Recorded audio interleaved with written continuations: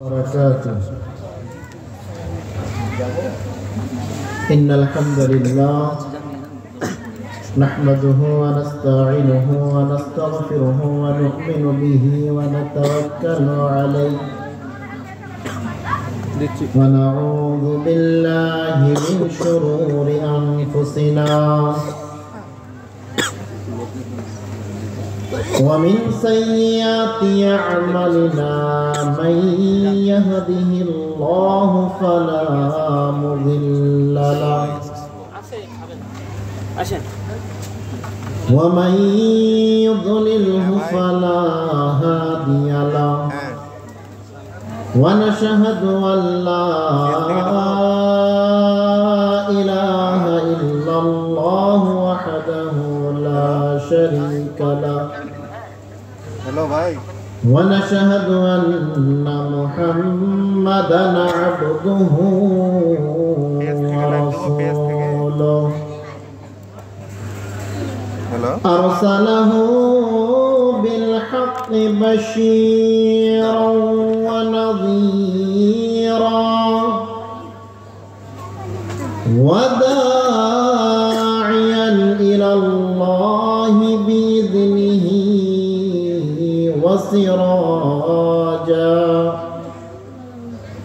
وسراجا منيرا. أما بعد فإن خير الحديث كتاب الله وخير الهدى هدى محمد صلى الله عليه وسلم وشر الأمور محدثاتها وكل محدثة بدعة وكل بدعة ضلالة وكل ضلالة في النار. أعوذ بالله من الشيطان الرجيم. بسم الله الرحمن الرحيم.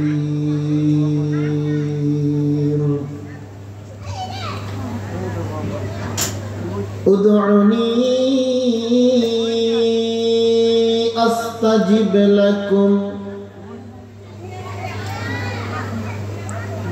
عن أنس بن مالك رضي الله تعالى عنه قال قال رسول الله صلى الله عليه وسلم قال الله تعالى يا ابن آدم ما دعوتني ورجوتني غفرت لك على ما كان فيك ولا أبالي. يا ابن آدم لو بلغت ذنوبك عنان السماء ثم استغفرتني غفرت لك ولا أبالي. يا ابن آدم لا أتيتني بقراب الأرض خطايا ثم لقيتني لا تشرك بي شيئا لا أتيتك بقرابها مغفرات. رواه البخاري ومسلم. মুখলিসপুর জয়হার দক্ষিণ পাড়া জামে মসজিদের উদ্যোগে বার্ষিক ইসলামী মাহফিলের সম্মানিত সভাপতি, এই মহতী অনুষ্ঠানে যারা সহযোগিতা করেছেন এরকম একটা অনুষ্ঠান আয়োজন করার, আল্লাহ সুবহানাহু ওয়া তাআলা সকলকে কবুল করুক, আল্লাহুম্মা আমিন। প্রশংসা আল্লাহ সুবহানাহু ওয়া তাআলার জন্য, সবাই পড়ি আলহামদুলিল্লাহ। দরুদ এবং সালাম বিশ্বনবী মুহাম্মদুর রাসূলুল্লাহ সাল্লাল্লাহু তাআলা আলাইহি ওয়াসাল্লামের প্রতি। আজকে এই মহতী অনুষ্ঠানে আপনাদের সামনে আলোচনা করব আল্লাহর কাছে চাওয়া আল্লাহর কাছে প্রার্থনা করার পদ্ধতি এবং ফজিলত এ সম্পর্কে পবিত্র কোরআন এবং সহিহ হাদিস ভিত্তিক আলোচনার চেষ্টা করব ইনশাআল্লাহুল আজিজ। উল্লেখিত বিষয়ের আলোচনার পূর্বে আপনাদের সাথে জরুরি কিছু কথা। আবু হুরায়রা রাদিয়াল্লাহু তাআলা আনহু বলেন, রাসূল সাল্লাল্লাহু আলাইহি ওয়াসাল্লাম বলেছেন, লা ইয়াকুদু কওমুন ইয়াযকুরুনাল্লাহ ইল্লা হাফাতহুমুল মালায়েকা। মানুষ যখন এক জায়গায় একত্রিত হয়ে আল্লাহ সুবহানাহু ওয়া তাআলাকে স্মরণ করে, আল্লাহর কোরআনের কথা বলে, রাসূলের হাদিসের কথা বলে, ইসলামী বিধি বিধানের কথা বলে, ইল্লা হাফাতহুমুল মালায়েকা, তখন ওই জায়গাটা ফেরেশতারা চতুর্দিক থেকে ঘিরে ধরে থাকে। সুবহানাল্লাহ। ওয়া গাশিয়াত আলাইহিমুর রাহমাহ, তাদের উপরে আল্লাহর রহমত বর্ষণ হতে থাকে, রহমত তাদেরকে চতুর্দিক থেকে ঘিরে রেখে থাকে। ওয়া নাজিলাত আলাইহিমুস সাকিনা, তাদের উপরে আল্লাহ সুবহানাহু ওয়া তাআলা একটা প্রশান্তি, একটা শান্তি অবতীর্ণ করেন। ওই জায়গাটাই হচ্ছে এই প্যান্ডেলের নিচের জায়গা। রাসূলের হাদিসে আমরা যেই জায়গার বর্ণনা পাই ওইটাই হচ্ছে এই প্যান্ডেল। এবার আবু হুরায়রা রাদিয়াল্লাহু তাআলা আনহু বলেন, রাসূল সাল্লাল্লাহু আলাইহি ওয়াসাল্লাম বলেছেন, আহাব্বুল বিলাদি ইলাল্লাহি মাসাজিদুহা, পৃথিবীতে আল্লাহর কাছে সবচাইতে পছন্দনীয় জায়গা হচ্ছে মসজিদ। সবচাইতে পছন্দনীয় জায়গা হচ্ছে মসজিদ। ওয়াবগাযুল বিলাদি ইলাল্লাহি আসওয়াকুহা, আর আল্লাহর কাছে সবচাইতে নিকৃষ্ট, সবচাইতে ঘৃণিত, সবচাইতে অপছন্দনীয় জায়গা হচ্ছে বাজার। তাহলে কি হলো? একই জায়গাতে দুইটাই আছে। একটা জায়গা ফেরেশতারা ঘিরে রেখেছে, রহমত নাজিল হচ্ছে, আল্লাহর পক্ষ থেকে প্রশান্তি নাজিল হচ্ছে। আর আরেকটা জায়গা, যেই জায়গায় আপনারা ভিড় করে আছেন, যেই জায়গায় গিয়ে আপনারা আড্ডা দিচ্ছেন, যেই জায়গায় গিয়ে আপনারা গল্প করছেন, ওই জায়গাটা হচ্ছে আল্লাহর নিকটে পৃথিবীতে সবচাইতে নিকৃষ্ট জায়গা। এবার আপনি মখলেসপুর জয়হারবাসী, আপনি এবার চিন্তা করেন কোথায় থাকবেন? রহমতের জায়গায় থাকবেন নাকি শয়তানের জায়গায় থাকবেন? আল্লাহ বুঝার তৌফিক দান করুক, আল্লাহুম্মা আমিন। উকবা ইবনে আমির রাদিয়াল্লাহু তাআলা আনহু বলেন, রাসূল সাল্লাল্লাহু আলাইহি ওয়াসাল্লামকে প্রশ্ন করা হলো, আল্লাহ রাসূল, মান নাজাত, মুক্তি কিসে পাবো? মুক্তির উপায় কি? মুক্তি পেতে পারি কিসে? আল্লাহ রাসূল বলছেন, তিনটা কাজ করো। এক, আমসিক আলাইকা লিসানাকা, জিহ্বাটাকে বন্ধ রাখো। মুখ আছে বলেই কথা বললাম, ইসলাম আপনাকে এই স্বাধীনতা দেয় নাই। আপনার প্রতিটা কথার হিসাব আল্লাহর দরবারে দিতে হবে। আপনার প্রতিটা কথার হিসাব আল্লাহর দরবারে দিতে হবে। মুখ আছে বলে আমি একটা কথা বলে ফেললাম, বিবেচনা করলাম না যে আমার এই কথাটা কেমন হচ্ছে। আল্লাহ রাসূল বলছেন, মুক্তির পথ যদি পেতে চাও, এক নাম্বার, আমসিক আলাইকা লিসানাকা, নিজের জিহ্বাটাকে সংযত রাখো। এই জিহ্বা দিয়ে হারাম খাবারের স্বাদ নিবে না, এই জিহ্বা দিয়ে অশ্লীল কথা বলবা না, এই জিহ্বা দিয়ে মিথ্যা কথা বলবা না, এই জিহ্বা দিয়ে কারো গীবত করবে না, এই জিহ্বা দিয়ে কারো নামে অপবাদ বলবে না। দুই, নিজের বাড়িটাকে প্রশস্ত করো, যেন অবসর সময়ে বাড়িতে সময় কাটাতে পারো। আপনাকে বলছি, আপনি যে একটু পর পর বাড়ি থেকে বের হয়ে চায়ের দোকানে, মোড়ে মোড়ে, বিভিন্ন জায়গায় বসে, পুলের উপর বসে, ব্রিজের উপর বসে আড্ডা দিচ্ছেন, আপনার কি হবে?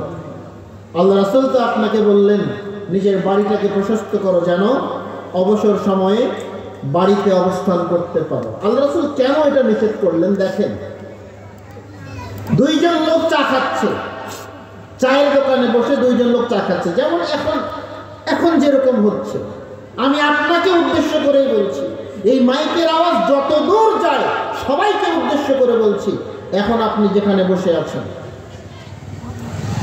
দুইজন লোক বসে গল্প করছে, আপনি সেখানে গেলেন, হয়ে গেলেন তৃতীয় জন। তারা দুইজন লোক একজন সম্পর্কে আলোচনা করছে যে অমুক লোকটা এরকম, অমুক লোকটা এরকম। আপনি গিয়ে বললেন হ্যাঁ ঠিক বলেছে, ওই লোকটা আসলেই এরকম। আপনার এই একটা কথার জন্য আপনার জন্য জান্নাত হারাম। আল্লাহ রাব্বুল আলামিন আপনার সকল গুনাহ মাফ করতে পারেন। আপনি নামাজ পড়েন নাই, আপনার বয়স এখন 80 বছর, এতদিন আপনি নামাজ পড়েন নাই, আজকে তওবা করেন, আজকে এখন তওবা করেন, আল্লাহ এতদিন নামাজ না পড়ে ভুল করেছি, আল্লাহ মাফ করে দাও। আল্লাহ চাইলে আপনাকে ক্ষমা করতে পারেন। আপনি সামর্থ্য আছে হজ করেন নাই, সামর্থ্য আছে যাকাত দেন নাই, আপনি রমজান মাসে রোজা রাখেন নাই, আল্লাহর কাছে মাফ চাইবেন, আল্লাহ ভুল করেছি, আল্লাহ ক্ষমা করে দাও, আল্লাহ আপনাকে ক্ষমা করে দিতে পারবেন। কিন্তু এই যে আপনি বললেন যে হ্যাঁ ওই লোকটা আসলে ওরকম, এই একটা কথার কারণে ওই লোক যার ব্যাপারে আপনি মন্তব্য করলেন, যার ব্যাপারে আপনি কথা বললেন, ওই লোক যতক্ষণ পর্যন্ত আপনাকে ক্ষমা করবে না, আল্লাহ ততক্ষণ পর্যন্ত আপনাকে ক্ষমা করবেন না। আপনি আল্লাহর কাছে ক্ষমা চাইবেন, আল্লাহ বলবেন না ইন্নী হারামতু যুলমা আলাইয়া, আমি তো আমার উপর জুলুম হারাম করেছি। আজ যদি আমি তোমাকে ক্ষমা করে দেই তাহলে তো আমি নিজের উপরে জুলুম করলাম ওই লোকটার পক্ষ থেকে। এটা হচ্ছে হাক্কুল ইবাদ। তা আপনি যে আড্ডাবাজি করছেন, আপনার এই আড্ডাবাজি কিন্তু আপনার কোনো উপকারে আসছে না, বরং আপনার ক্ষতি করছে। আল্লাহ রাসূল বলছেন বাঁচার উপায় তিনটা। এক, জিহ্বাকে সংযত রাখো। দুই, আড্ডাবাজি বন্ধ করো। চায়ের দোকানে, এমনি পাড়ার দোকানগুলোতে, রাস্তার মোড়ে মোড়ে, ব্রিজের উপরে, পুলের উপরে বসে আড্ডাবাজি চলবে না। আড্ডাবাজি করতে যাবেন, আড্ডা দিতে যাবেন, আপনার গুনাহের কথা আপনার মুখ থেকে বের হবেই হবে। কেননা আপনি আমি এখন যখন এক জায়গায় একত্রিত হই, গীবত ছাড়া কিছুই হয় না, ভালো কোনো কথাই হয় না ওখানে। আপনার খারাপ লাগলেও এটা বাস্তব, ভালো কোনো কথাই হয় না ওখানে। আল্লাহ রাসূল বলছেন নিজের বাড়িটাকে প্রশস্ত করো, যেন অবসর সময়ে আড্ডা না দিয়ে বাড়িতে অবস্থান করতে পারো। তিন, নিজের পাপের কথা চিন্তা করে কান্নাকাটি করো। এই তিনটা জিনিস হচ্ছে বাঁচার উপায়। সম্মানিত উপস্থিতি, বলছিলাম এভাবে রাস্তাঘাটে না ঘুরে সেই জায়গায় বসুন যেই জায়গাটা আল্লাহর ফেরেশতারা ঘিরে ধরে রেখেছেন। সেই জায়গায় বসুন যেই জায়গাটাতে আল্লাহর পক্ষ থেকে রহমত এবং প্রশান্তি নাজিল হচ্ছে, বর্ষণ হচ্ছে। সম্মানিত উপস্থিতি, আল্লাহ রাব্বুল আলামিন পবিত্র কোরআনুল কারীমের মধ্যে বলছেন উদউনি আস্তাজিব লাকুম, মানুষ আমার নিকটে চাও, আমার নিকটে দোয়া করো, আমি তোমার চাওয়া, আমি তোমার দোয়া পূরণ করব। আল্লাহ রাব্বুল আলামিন পবিত্র কোরআনে অন্য জায়গায় বলছেন উদউ রাব্বাকুম তাদাররুআ ওয়া খুফিয়া, তোমরা আল্লাহকে স্মরণ করো অতীব গোপনে, অতীব বিনয়ের সাথে। আপনি আল্লাহর কাছে দোয়া করবেন, আপনি আল্লাহর কাছে চাইবেন, আপনি আল্লাহর কাছে চাইবেন গোপনীয়ভাবে, মানুষকে দেখিয়ে দেখিয়ে না। আপনি আল্লাহর কাছে চাইবেন বিনয়ের সাথে, কেননা আল্লাহ হচ্ছেন রব, আপনি হচ্ছেন আল্লাহর বান্দা। আপনি আপনার প্রভুর কাছে, আপনি আপনার মালিকের কাছে চাচ্ছেন, সুতরাং আপনার চাওয়াটা হতে হবে বিনয়ের সাথে। আল্লাহ সুবহানাহু ওয়া তাআলা অন্য আয়াতে বলছেন ওয়াযকুর রাব্বাকা ফি নাফসিকা তাদাররুআ ওয়া খাইফা, তোমরা আল্লাহর নিকটে চাও, আল্লাহর নিকটে প্রার্থনা করো, নিজে নিজে গোপনে, অতীব গোপনে, অতীব বিনয়ের সাথে। দুনাল জাহরি মিনাল কাউলি, আল্লাহর কাছে চাইবে, আল্লাহর কাছে প্রার্থনা করবে জোরে জোরে নয়, চুপি চুপি। বিল গুদুই ওয়াল আসাল, আল্লাহর কাছে চাইবে সকালে, আল্লাহর কাছে চাইবে সন্ধ্যায়, অর্থাৎ সব সময় আল্লাহর কাছে চাইবে। তাহলে এই আয়াতে আমরা কিছু পদ্ধতি পেলাম। আল্লাহর কাছে চাইতে হবে গোপনে, আল্লাহর কাছে চাইতে হবে বিনয়ের সাথে, আল্লাহর কাছে চাইতে হবে চিৎকার করে নয়, চুপি চুপি। আল্লাহর কাছে চাইতে হবে সকাল বিকাল সব সময়ে। আল্লাহ আপনার দোয়া অবশ্যই কবুল করবেন। আল্লাহ সুবহানাহু ওয়া তাআলা পবিত্র কোরআনে অন্য আয়াতে বলছেন, জাকারিয়া আলাইহিস সালাতু ওয়াস সালামের ঘটনা, ইয নাদা রাব্বাহু নিদান খাফিয়া, যখন জাকারিয়া আলাইহিস সালাতু ওয়াস সালাম আল্লাহর নিকটে দোয়া করলেন ভয় ভীতি নিয়ে গোপনে, জাকারিয়া আলাইহিস সালাতু ওয়াস সালাম আল্লাহর নিকটে দোয়া করছেন, আল্লাহর নিকটে বলছেন, রব্বি ইন্নী ওয়াহানাল আযমু মিন্নি, আল্লাহ আমার হাড়গুলো দুর্বল হয়ে গেছে, আমি বৃদ্ধ মানুষ। ওয়াস্তাআলার রাসু শাইবা, আমার চুলগুলো বার্ধক্যের কারণে সাদা হয়ে গেছে, আমি বৃদ্ধ, আমার হাড়গুলো দুর্বল হয়ে গেছে, আমার চুলগুলো সাদা হয়ে গেছে। তারপরেও আমি বলছি ওয়ালাম আকুন বিদুআইকা রাব্বি শাকিয়া, আল্লাহ আজ পর্যন্ত তোমার কাছে চেয়ে আমি নিরাশ হই নাই। আল্লাহ যা চেয়েছি আল্লাহ তুমি আমাকে তাই দিয়েছো। আল্লাহ তোমাকে আরো বলছি ওয়ামরাতি আকির, আল্লাহ আমার স্ত্রী বন্ধা, আমি জানি আমার সন্তান জন্ম দেওয়ার কোনো ক্ষমতা নাই, কেননা আমি বৃদ্ধ হয়ে গেছি, আমার হাড়গুলো দুর্বল হয়ে গেছে। তার উপরে আমার স্ত্রী বন্ধা, সন্তান জন্ম দেওয়ার তার ক্ষমতা নেই। তবে আল্লাহ তারপরেও তোমার নিকটে চাচ্ছি, এই জন্য চাচ্ছি কেননা আজ পর্যন্ত তোমার কাছে চেয়ে আমি কখনো নিরাশ হই নাই। আল্লাহ ফাহাবলি মিন লাদুনকা ওয়ালিয়্যা, আল্লাহ আমাকে তোমার পক্ষ থেকে একটা সৎ সন্তান দান করো। দোয়া করলেন একটা বৃদ্ধ মানুষ যার সন্তান জন্ম দেওয়ার কোনো ক্ষমতা নাই। দোয়া করলেন ওই ব্যক্তি যার স্ত্রী বন্ধা।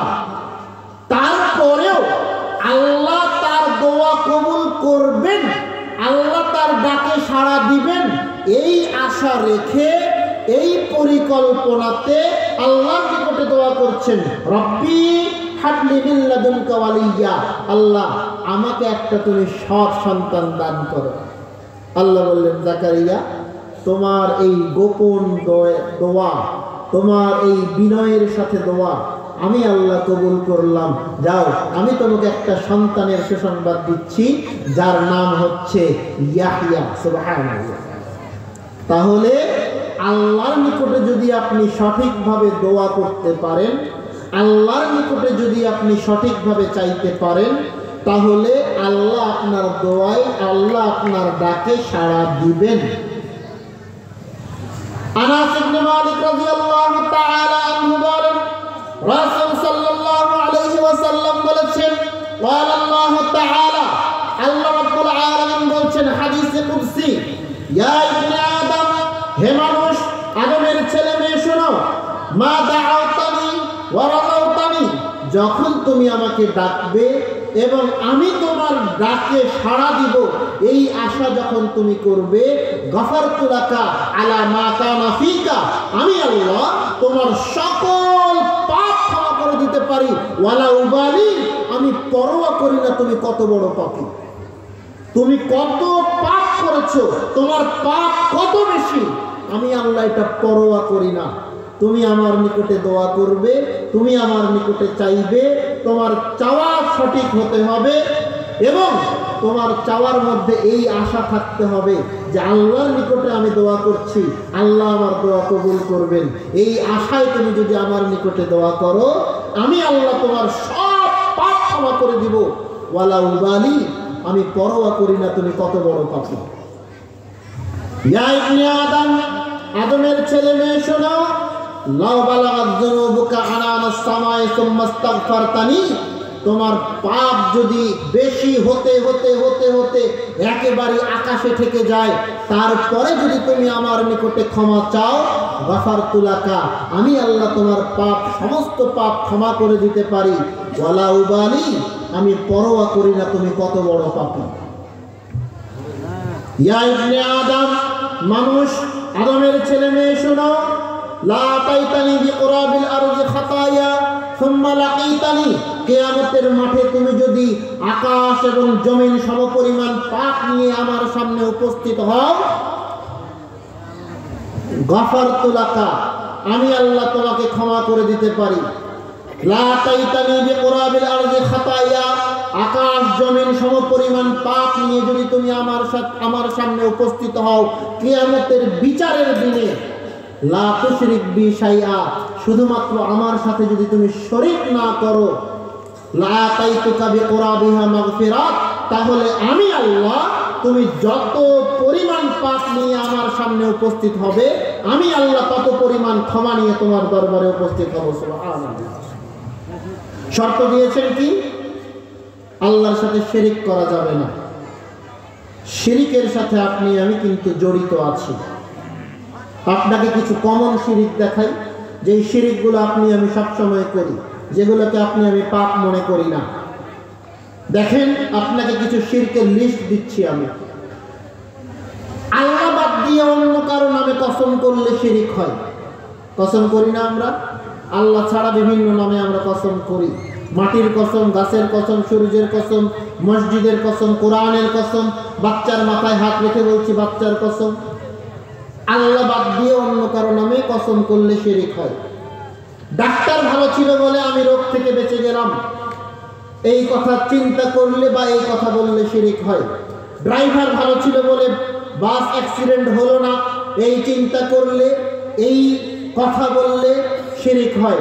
ওই লোকটা এখানে ছিল বলে আমি বেঁচে গেলাম, আমি রক্ষা পেলাম, এই চিন্তা করলে, এই কথা বললে শিরিক হয়। এদেশের মাটিতে হাজার হাজার শিরিক আপনি আমি করছি, যেগুলোকে আমরা শিরিক মনেই করি না। আল্লাহ বলছেন, তোমার সব পাপ আমি ক্ষমা করে দিতে পারি, শুধুমাত্র শিরিক যদি না করো।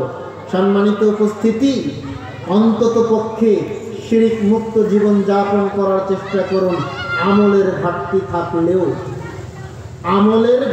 থাকলেও অন্তত পক্ষে শিরিক মুক্ত জীবন যাপন করার চেষ্টা করুন। কেননা আল্লাহ আপনার সব পাপ ক্ষমা করে দিবেন, শুধুমাত্র শিরকের গুনাহ আল্লাহ মাফ করবেন না।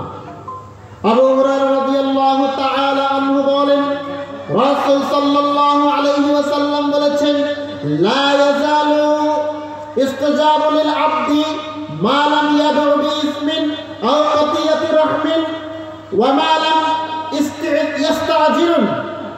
আল্লাহ সুবহানাহু ওয়া তাআলা মানুষের সকল দোয়া কবুল করবেন, শুধুমাত্র 3 প্রকারের দোয়া আল্লাহ কবুল করবেন না। এক, বিসমিন, পাপের দোয়া আল্লাহ কবুল করবেন না। আপনি জেনা করবেন, আর এখন যদি আল্লাহকে বলবেন, আল্লাহ আমি জেনা করছি, কেউ যেন আমাকে দেখতে না পায়, এই দোয়া আল্লাহ কবুল করবে না। পাপের দোয়া আল্লাহ কবুল করবেন না। আপনি অন্যায় করেছেন, গুনাহ করেছেন, মানুষের ক্ষতি করেছেন, আপনি আল্লাহর নিকটে বলছেন, আল্লাহ আমি এখন এই পাপটা করতে যাচ্ছি, কেউ যেন আমাকে না দেখে। মানুষের পুকুরের মাছ চুরি করতে যাচ্ছি, আল্লাহ কেউ যেন আমাকে না দেখতে পায়, এই দোয়া আল্লাহর দরবারে কবুল হবে না। আত্মীয়তার সম্পর্ক ছিন্ন করার দোয়া আল্লাহর দরবারে কবুল হবে না। আপনি বলছেন, আল্লাহ এই লোকের বাড়িতে আমাকে যেন জীবন না আসতে হয়। আপনার ভাইয়ের বাড়ির কথা বলছেন বা আপনার শ্বশুর বাড়ির কথা বলছেন, যে কোনো কারণে আপনার রাগ, যে কোনো কারণে আপনাদের দ্বন্দ্ব, আপনি আল্লাহর নিকটে বলছেন, আল্লাহ এই লোকের বাড়িতে আমাকে যেন জীবন আসতে না হয়, এই দোয়া আল্লাহর দরবারে কবুল হবে না। তাড়াহুড়ার দোয়া আল্লাহর দরবারে কবুল হবে না। সাহাবারা প্রশ্ন করছেন, আল্লাহ রাসূল পাপের দোয়া বুঝলাম, আত্মীয়তার সম্পর্ক ছিন্ন করার দোয়াও বুঝলাম, কিন্তু মাল ইস্তেজাল, তাড়াহুড়ার দোয়াটা কি একটু বুঝিয়ে বলেন। আল্লাহ রাসূল সাল্লাল্লাহু আলাইহি সাল্লাম বলছেন, ইয়াকুলু মানুষ বলে কদ দাআউতু ফালাম ইয়ারা ইস্তাজিবু লি ইস্তাসিরু ইনদা যালিকা ওয়া ইয়াদউ দুআ। মানুষ বলে আমি দোয়া করলাম, আমি দোয়া করলাম, আমি দোয়া করছি, কিন্তু আমার দোয়া তো কবুল হয় না। এরপরে সে হতাশ হয়ে যায়, হতাশ হয়ে দোয়া করাই ছেড়ে দেয়। এই ব্যক্তির দোয়া আল্লাহ কবুল করবেন না। আপনি দোয়া করেন তো, করতে থাকেন, একদিন, 2 দিন, 1 মাস, 2 মাস, 1 বছর, 2 বছর করতে থাকেন। এমন না যে আপনি এখনই দোয়া করবেন, আল্লাহ এখনই আপনার দোয়া কবুল করবেন, এই চিন্তা আপনার করা যাবে না। আব্দুল্লাহ ইবনে মাসউদ রাদিয়াল্লাহু তাআলা আনহু বলেন, একদিন আল্লাহ রাসূল সাল্লাল্লাহু আলাইহি ওয়াসাল্লাম কাবা ঘরের সামনে সালাত আদায় করছিলেন, নামাজ পড়ছিলেন। আবু জেহেল বলছে, আয় শোনো, কে আছো? ওই যে পাশের পাড়ায় উট জবাই করা হয়েছে, যাও ওই উটের নাড়ি ভুঁড়িটা নিয়ে এসে মুহাম্মদ যখন সাজদা দিবে ওই সময় তার মাথায় তুলে দিবে। এলাকার সবচাইতে নিকৃষ্ট ব্যক্তি ওই উটের ভুঁড়ি নিয়ে এসে প্রিয় নবী যখন সাজদায় রয়েছেন সেই সময়ে তার মাথার উপরে চাপিয়ে দিয়েছে। আল্লাহ রাসূল সাজদা থেকে উঠতেও পারছেন না, মনে হচ্ছে তার দম বন্ধ হয়ে যাবে।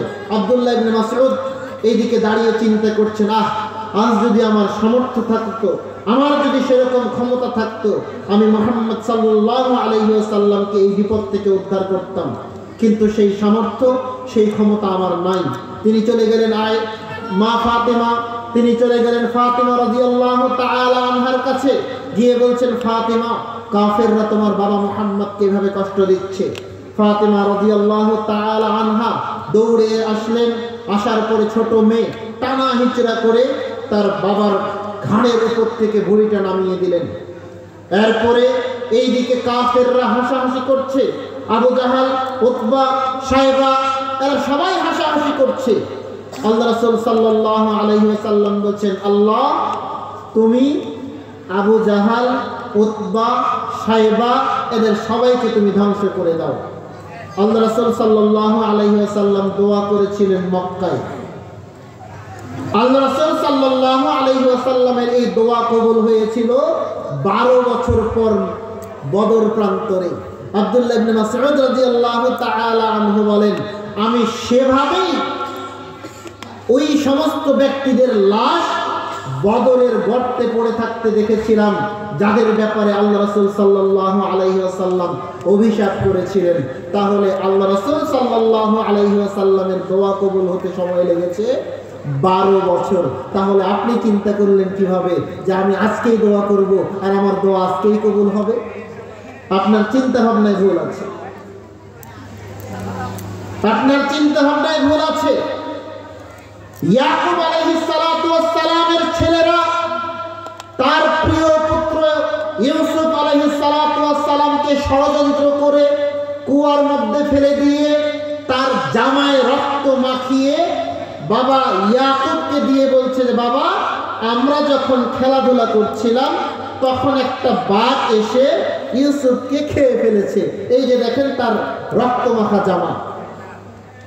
ইয়াকুব আলাইহিস সালাতু ওয়াস সালাম ছেলেদের ষড়যন্ত্র বুঝতে পারলেন, তিনি আল্লাহর নিকটে দোয়া করলেন, কান্নাকাটি করতে শুরু করলেন। হাদিসের মধ্যে এসেছে ইয়াকুব আলাইহিস সালাতু ওয়াস সালাম কান্না করতে করতে করতে করতে চোখ দিয়ে পানি ঝরতে ঝরতে ইয়াকুব আলাইহিস সালাতু ওয়াস সালামের 2টা চোখ অন্ধ হয়ে গিয়েছিল। আল্লাহ রাব্বুল আলামিন ইয়াকুব আলাইহিস সালাতু ওয়াস সালামের দোয়া কবুল করেছিলেন। দীর্ঘ 25 বছর পরে আল্লাহ সুবহানাহু ওয়া তাআলা তার প্রিয় পুত্র ইউসুফকে তার পিতা ইয়াকুবের ঘরে, ইয়াকুবের কাছে আবার ফেরত পাঠালেন। সুবহানাল্লাহ। তাহলে একজন ইয়াকুব তো একজন নবী, একজন নবীর দোয়া কবুল হতে সময় লেগেছে 25 বছর। আপনি কেন এত তাড়াহুড়া করছেন? আপনার এত তাড়া কিসে? ইউসুফ আলাইহিস সালাতু ওয়াস সালাম জুলাইখার ষড়যন্ত্রের শিকার হয়ে কারাগারে নিক্ষিপ্ত হলেন। কারাগারে থাকলেন 12 বছর। 12 বছর পরে আল্লাহ রাব্বুল আলামিন ইউসুফ আলাইহিস সালাতু ওয়াস সালামকে নির্দোষ প্রমাণ করে কারাগার থেকে বের করে নিয়ে আসলেন। শুধু কারাগার থেকে বের করেন নাই, ইউসুফ আলাইহিস সালাতু ওয়াস সালামকে সেই দেশের সেই রাষ্ট্রের সেই স্টেটের প্রধানমন্ত্রী হিসেবে নিযুক্ত করে দিলেন। সুবহানাল্লাহ। তাহলে একজন নবী, ইউসুফ একজন নবী ষড়যন্ত্র থেকে মুক্তি পেতে তার দোয়া কবুল হতে সময় লেগেছে 12 বছর। আপনারা তো তাড়াহুড়া কিসের আমি বুঝি না। আইয়ুব আলাইহিস সালাতু ওয়াস সালাম কঠিন রোগে আক্রান্ত হলেন, সারা শরীরে ঘা দিয়ে পচে গেল, এত দুর্গন্ধ, তার এলাকাবাসী, তার পরিবার পরিজন সবাই তার থেকে দূরে সরে গেল। আইয়ুব আলাইহিস সালাতু ওয়াস সালাম দীর্ঘ 10 বছর যাবত, বিভিন্ন বর্ণনা আছে, সব ইসরায়েলি রেওয়াত, কোন বর্ণনায় রয়েছে 10 বছর, কোন বর্ণনায় রয়েছে 18 বছর, কোন বর্ণনায় রয়েছে 20 বছর, কোন বর্ণনায় রয়েছে 40 বছর। টানা দীর্ঘদিন যাবত আইয়ুব আলাইহিস সালাতু ওয়াস সালাম আল্লাহর নিকটে দোয়া করছেন, রব্বি ইন্নী মাসানিয়াদ দুররু ওয়া আনতা আরহামুর রাহিমিন। আল্লাহ, কঠিন রোগ আমাকে আক্রমণ করেছে, তুমি তো দয়ালু, আল্লাহ তুমি আমাকে এই রোগ থেকে রক্ষা করো। তাহলে একজন নবীর দোয়া কবুল হতে সময় লেগেছে 10 বছর বা 12 বছর বা তারও বেশি। তাহলে আপনারা তো তাড়াহুড়া কিসের? ইউনূস আলাইহিস সালাতু ওয়াস সালাম যখন এলাকা ত্যাগ করে হিজরত করে চলে যাচ্ছেন, নদী পথে রাস্তা পার হচ্ছেন, নদী পথে যাচ্ছেন, হঠাৎ করে রাস্তায় ঝড় শুরু হলো। লটারি করা হলো নৌকা থেকে যে কোনো একজনকে এখান থেকে সমুদ্রে বা নদীতে ঝাঁপ দিতে হবে। লটারিতে 3 বারই হযরত ইউনূস আলাইহিস সালাতু ওয়াস সালামের নাম উঠে আসলো। ইউনূস আলাইহিস সালাতু ওয়াস সালাম সমুদ্রের বুকে, নদীর বুকে ঝাঁপিয়ে পড়লেন, বড় মাছ তাকে গিলে ফেললো। ইউনূস আলাইহিস সালাতু ওয়াস সালাম টানা 40 দিন যাবত ওই মাছের পেটে দোয়া করছেন, লা ইলাহা ইল্লা আনতা সুবহানাকা ইন্নী কুনতু মিনাজ জালিমিন। 40 দিন পর এই মাছ ইউনূস আলাইহিস সালাতু ওয়াস সালামকে সমুদ্রের পাড়ে বমি করে রেখে চলে আসলো। তাহলে একজন নবীর দোয়া কবুল হতে সময় লেগেছে 40 দিন। আপনারা তো তাড়াহুড়া কিসে? আয়েশা রাদিয়াল্লাহু তাআলা আনহা বলেন, আমি আল্লাহ রাসূল সাল্লাল্লাহু আলাইহি ওয়াসাল্লামের সাথে একটা যুদ্ধে অংশগ্রহণ করলাম। আল্লাহ রাসূল সাল্লাল্লাহু আলাইহি ওয়াসাল্লাম যখন যুদ্ধে যেতেন, যখন তিনি সফরে যেতেন, স্ত্রীদের মধ্যে লটারি করতেন। লটারিতে যার নাম উঠত তিনি তাকে সাথে করে নিয়ে যেতেন।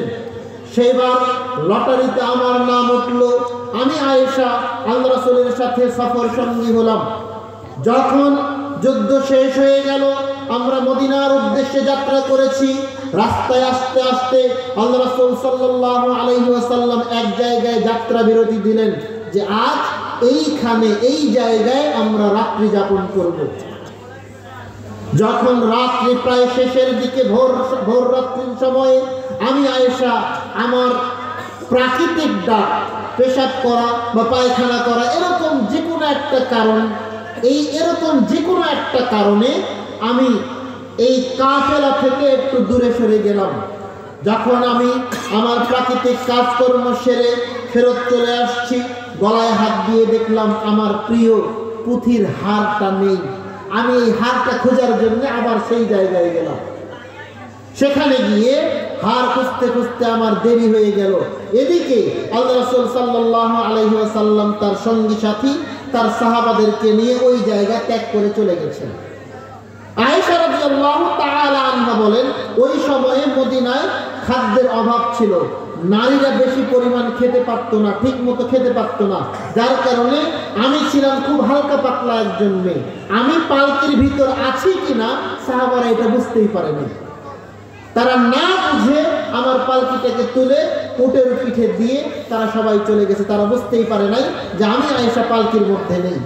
আমি আয়েশা আমার হার খুঁজে যখন সেই জায়গায় ফেরত আসলাম, দেখলাম সেখানে কেউ নেই। আমি চিন্তা করলাম আল্লাহ রাসূল সাল্লাল্লাহু আলাইহি ওয়াসাল্লাম যখন দূরে গিয়ে আমাকে খেয়াল করবে বা হাওদাজের মধ্যে, পালকির মধ্যে যখন দেখবে আমি নেই, তখন আল্লাহ রাসূল সাল্লাল্লাহু আলাইহি ওয়াসাল্লাম হয় নিজে ফেরত আসবেন বা কাউকে পাঠাবেন আমাকে নিয়ে যাওয়ার জন্য। এই চিন্তা করে আমি সেখানেই বসে থাকলাম। একজন সাহাবী, নাম তার সাফওয়ান ইবনে মুআত্তাল, আল্লাহ রাসূল সাল্লাল্লাহু আলাইহি ওয়াসাল্লাম তাকে দায়িত্ব দিয়েছিলেন, সাফওয়ান তোমার দায়িত্ব, তোমার কাজ হচ্ছে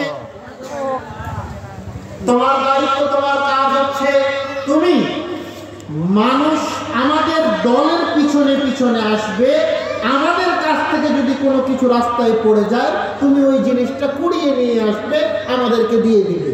এই দায়িত্ব ছিল সাফওয়ান ইবনে মুআত্তাল নামক একজন সাহাবার। সাফওয়ান ইবনে মুআত্তাল যখন ওই রাস্তা অনুসরণ করে আসছেন, আস্তে আস্তে তিনি দেখলেন এক জায়গায় একটা মহিলা, একটা মেয়ে শুয়ে আছে। তিনি দেখেই চিনতে পারলেন এটা হচ্ছে আয়েশা রাদিয়াল্লাহু তাআলা আনহা। চিনলেন কিভাবে? পর্দার আয়াত নাজিল হওয়ার আগে সাফওয়ান ইবনে মুআত্তাল আয়েশাকে দেখেছিলেন, যার কারণে তিনি চিনতে পারলেন ইনি হচ্ছেন আয়েশা। সাফওয়ান ইবনে মুআত্তাল এবার বলছেন ইন্না লিল্লাহ। যখনই তিনি বলেছেন ইন্না লিল্লাহ, তখনই আয়েশার ঘুম ভেঙে গেছে। তিনি সেখানে বসে থাকতে থাকতে ঘুমিয়ে গিয়েছিলেন। যখনই সাফওয়ান বলেছে ইন্না লিল্লাহ, তখনই আয়েশার ঘুম ভেঙে গেছে। তিনি তার কাপড় ঠিক করেছেন। এবার সাফওয়ান ইবনে মুআত্তাল তার উট থেকে নেমে উটটাকে বসিয়ে দিলেন। আয়েশা রাদিয়াল্লাহু তাআলা আনহা উটের উপরে উঠে বসলেন।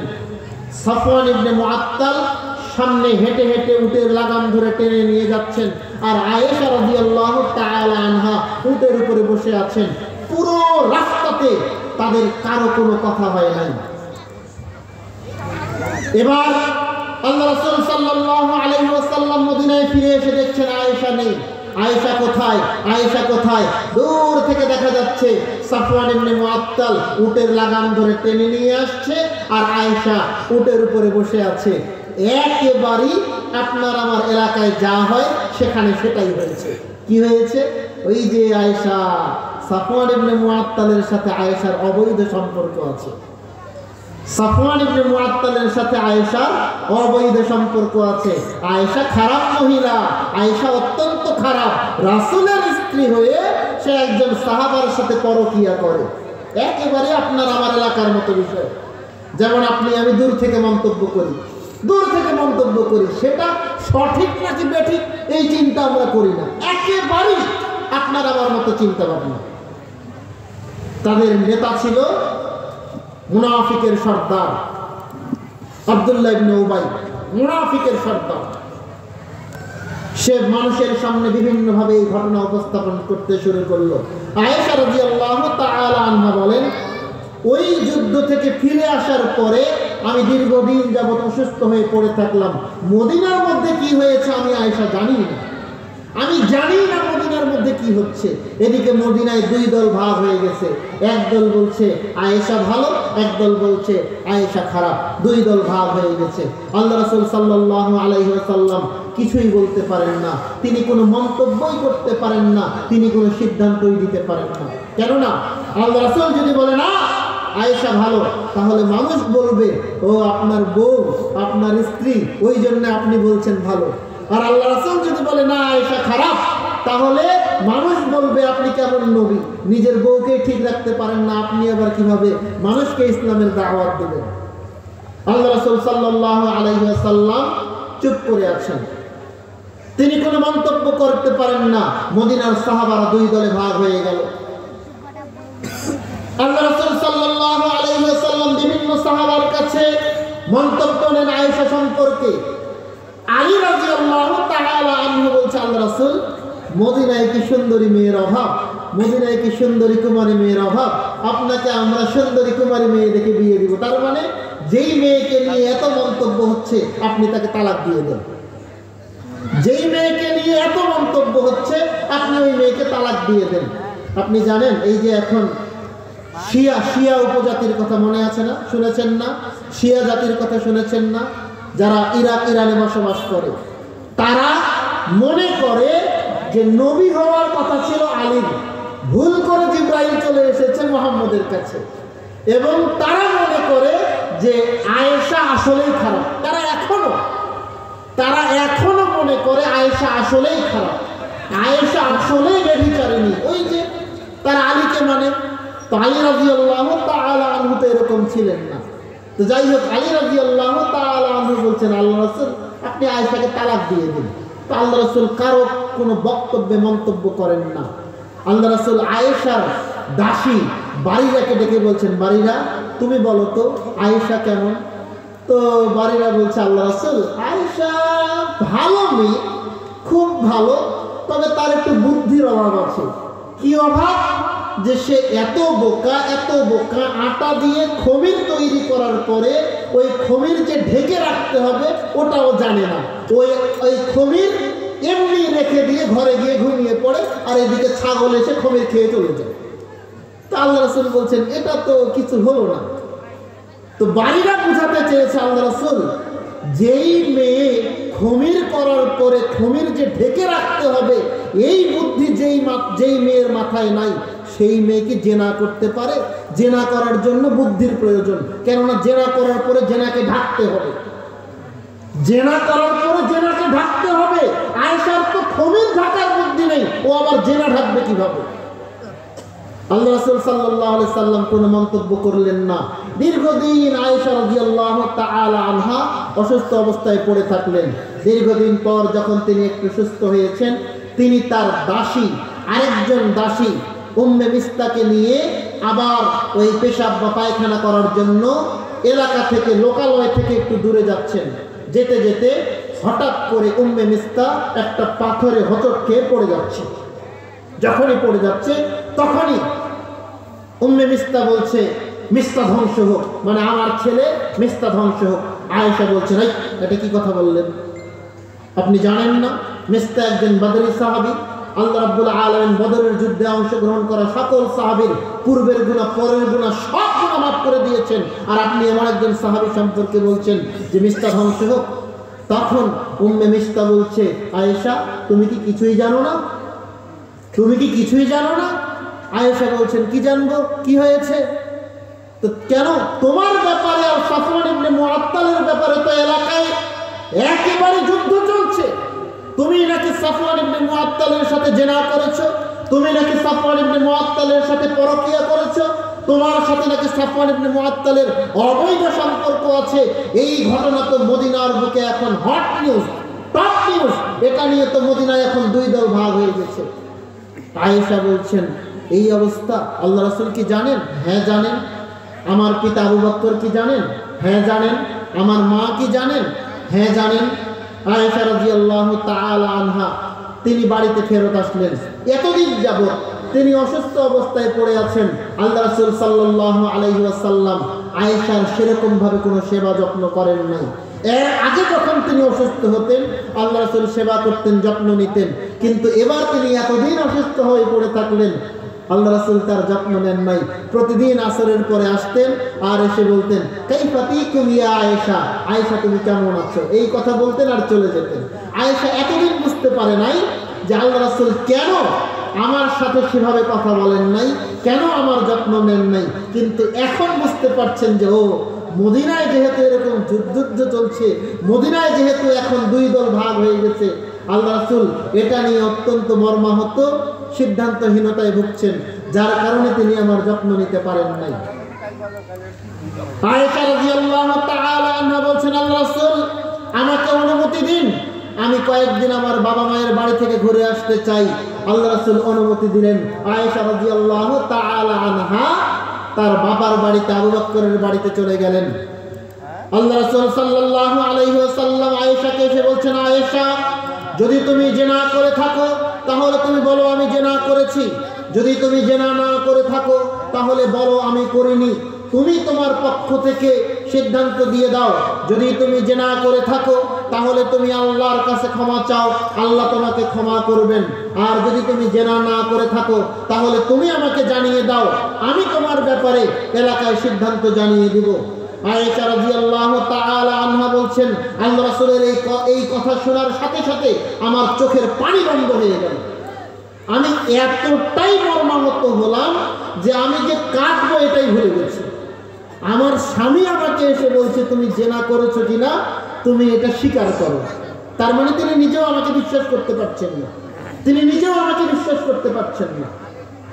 আয়েশা রাদিয়াল্লাহু তাআলা আনহা বলছেন, আল্লাহ রাসূল এখন যদি আমি বলি জিনা করিনি তাহলে মানুষ বলবে জিনা করে বলছে করেনি। আর যদি আমি বলি না আমি জেনা করেছি, তাহলে মিথ্যা হয়ে যাবে সত্য। ফাসাবরি কাসাবরি আবা ইউসুফ, আমি আজকে ধৈর্য ধারণ করব ইউসুফের পিতা ইয়াকুবের মতো ধৈর্য ধারণ করব। তিনি টানা 25 বছর যাবত ধৈর্য ধারণ করেছেন, তার ছেলের জন্য দোয়া করেছেন। আমি আয়েশা, আমি কি ধৈর্য ধারণ করতে পারবো না? আল্লাহ আমার ব্যাপারে সিদ্ধান্ত দিয়ে দিলেন। আল্লাহ রাব্বুল আলামিন সিদ্ধান্ত দিয়ে দিলেন সূরা নূরের মধ্যে, আয়েশা জেনা করে নাই, আয়েশা জেনা করে নাই। এই ঘটনা চলল, এই যুদ্ধ চলল, এই তর্ক বিতর্ক চলল টানা 29 দিন। বলছিলাম আয়েশার কথা, আয়েশাকে পৃথিবীতে সবচাইতে শিক্ষিতা এবং আল্লাহ রাসূল সাল্লাল্লাহু আলাইহি ওয়াসাল্লামের সবচাইতে প্রিয় স্ত্রীর নাম হচ্ছে আয়েশা। আয়েশাকে, আয়েশার স্বামী হচ্ছেন বিশ্বনবী মুহাম্মদুর রাসূলুল্লাহ সাল্লাল্লাহু আলাইহি ওয়াসাল্লাম। আয়েশাকে, আয়েশা হচ্ছেন সাহাবাদের মধ্যে সর্বশ্রেষ্ঠ সাহাবা হযরত আবু বকর সিদ্দিক রাদিয়াল্লাহু তাআলা আনহুর মেয়ে। এরকম একজন মেয়ের, এরকম একজন মহিলার দোয়া কবুল হতে সময় লেগেছে 29 দিন। তাহলে আপনার এত তাড়াহুড়া কিসের? আল্লাহ রাব্বুল আলামিন বলছেন,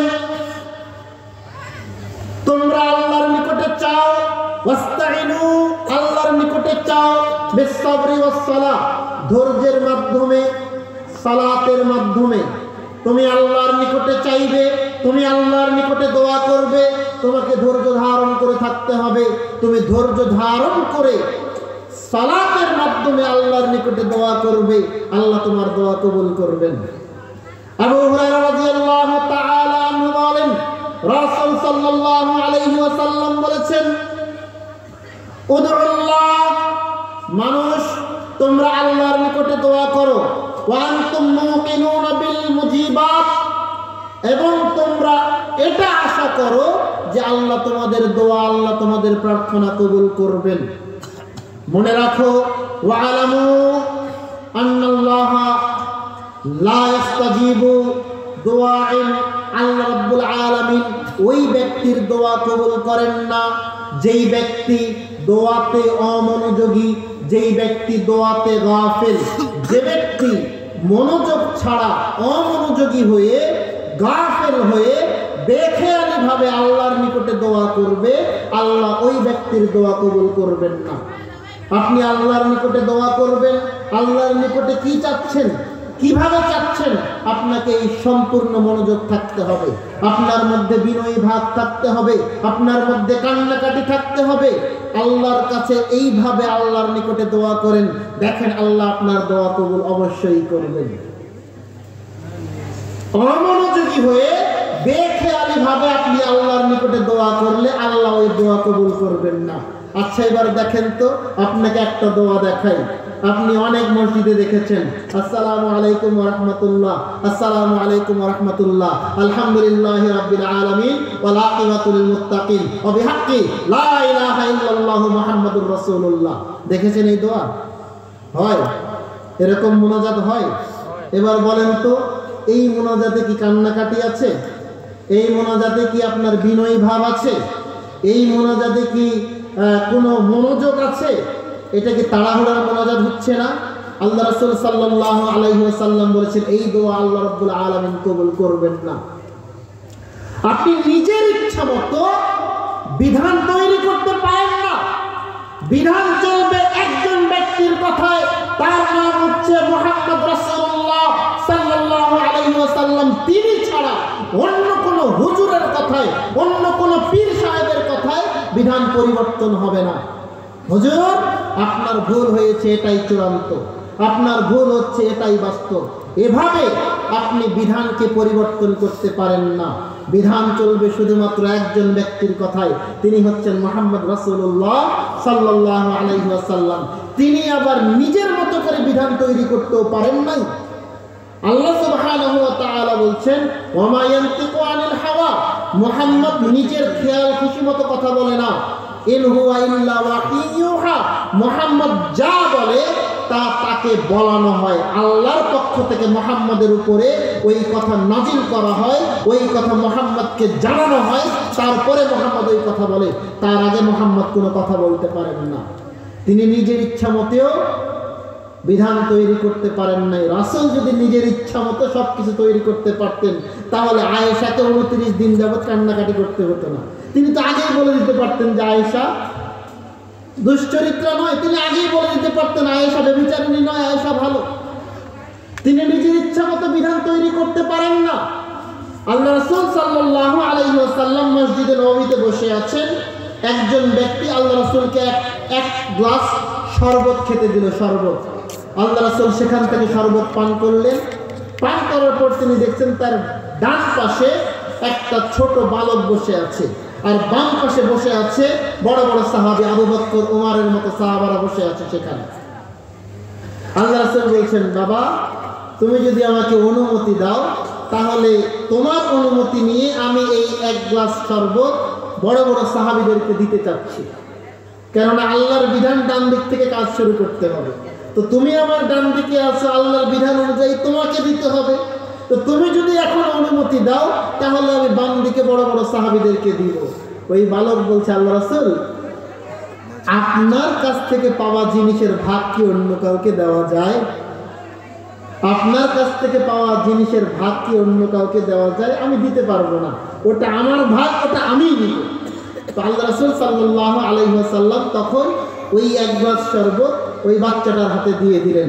তো আল্লাহ রাসূল নিজের ইচ্ছা মতো, নিজের খেয়াল খুশি মতো এক গ্লাস পানি কাউকে দিতে পারেন না, এক গ্লাস শরবত কাউকে দিতে পারেন না, আর আপনি এত বড় হুজুর হয়ে গেলেন যে আপনি আল্লাহ রাসূলের বিধানটাকেই পরিবর্তন করে দিলেন। আল্লাহু আকবার।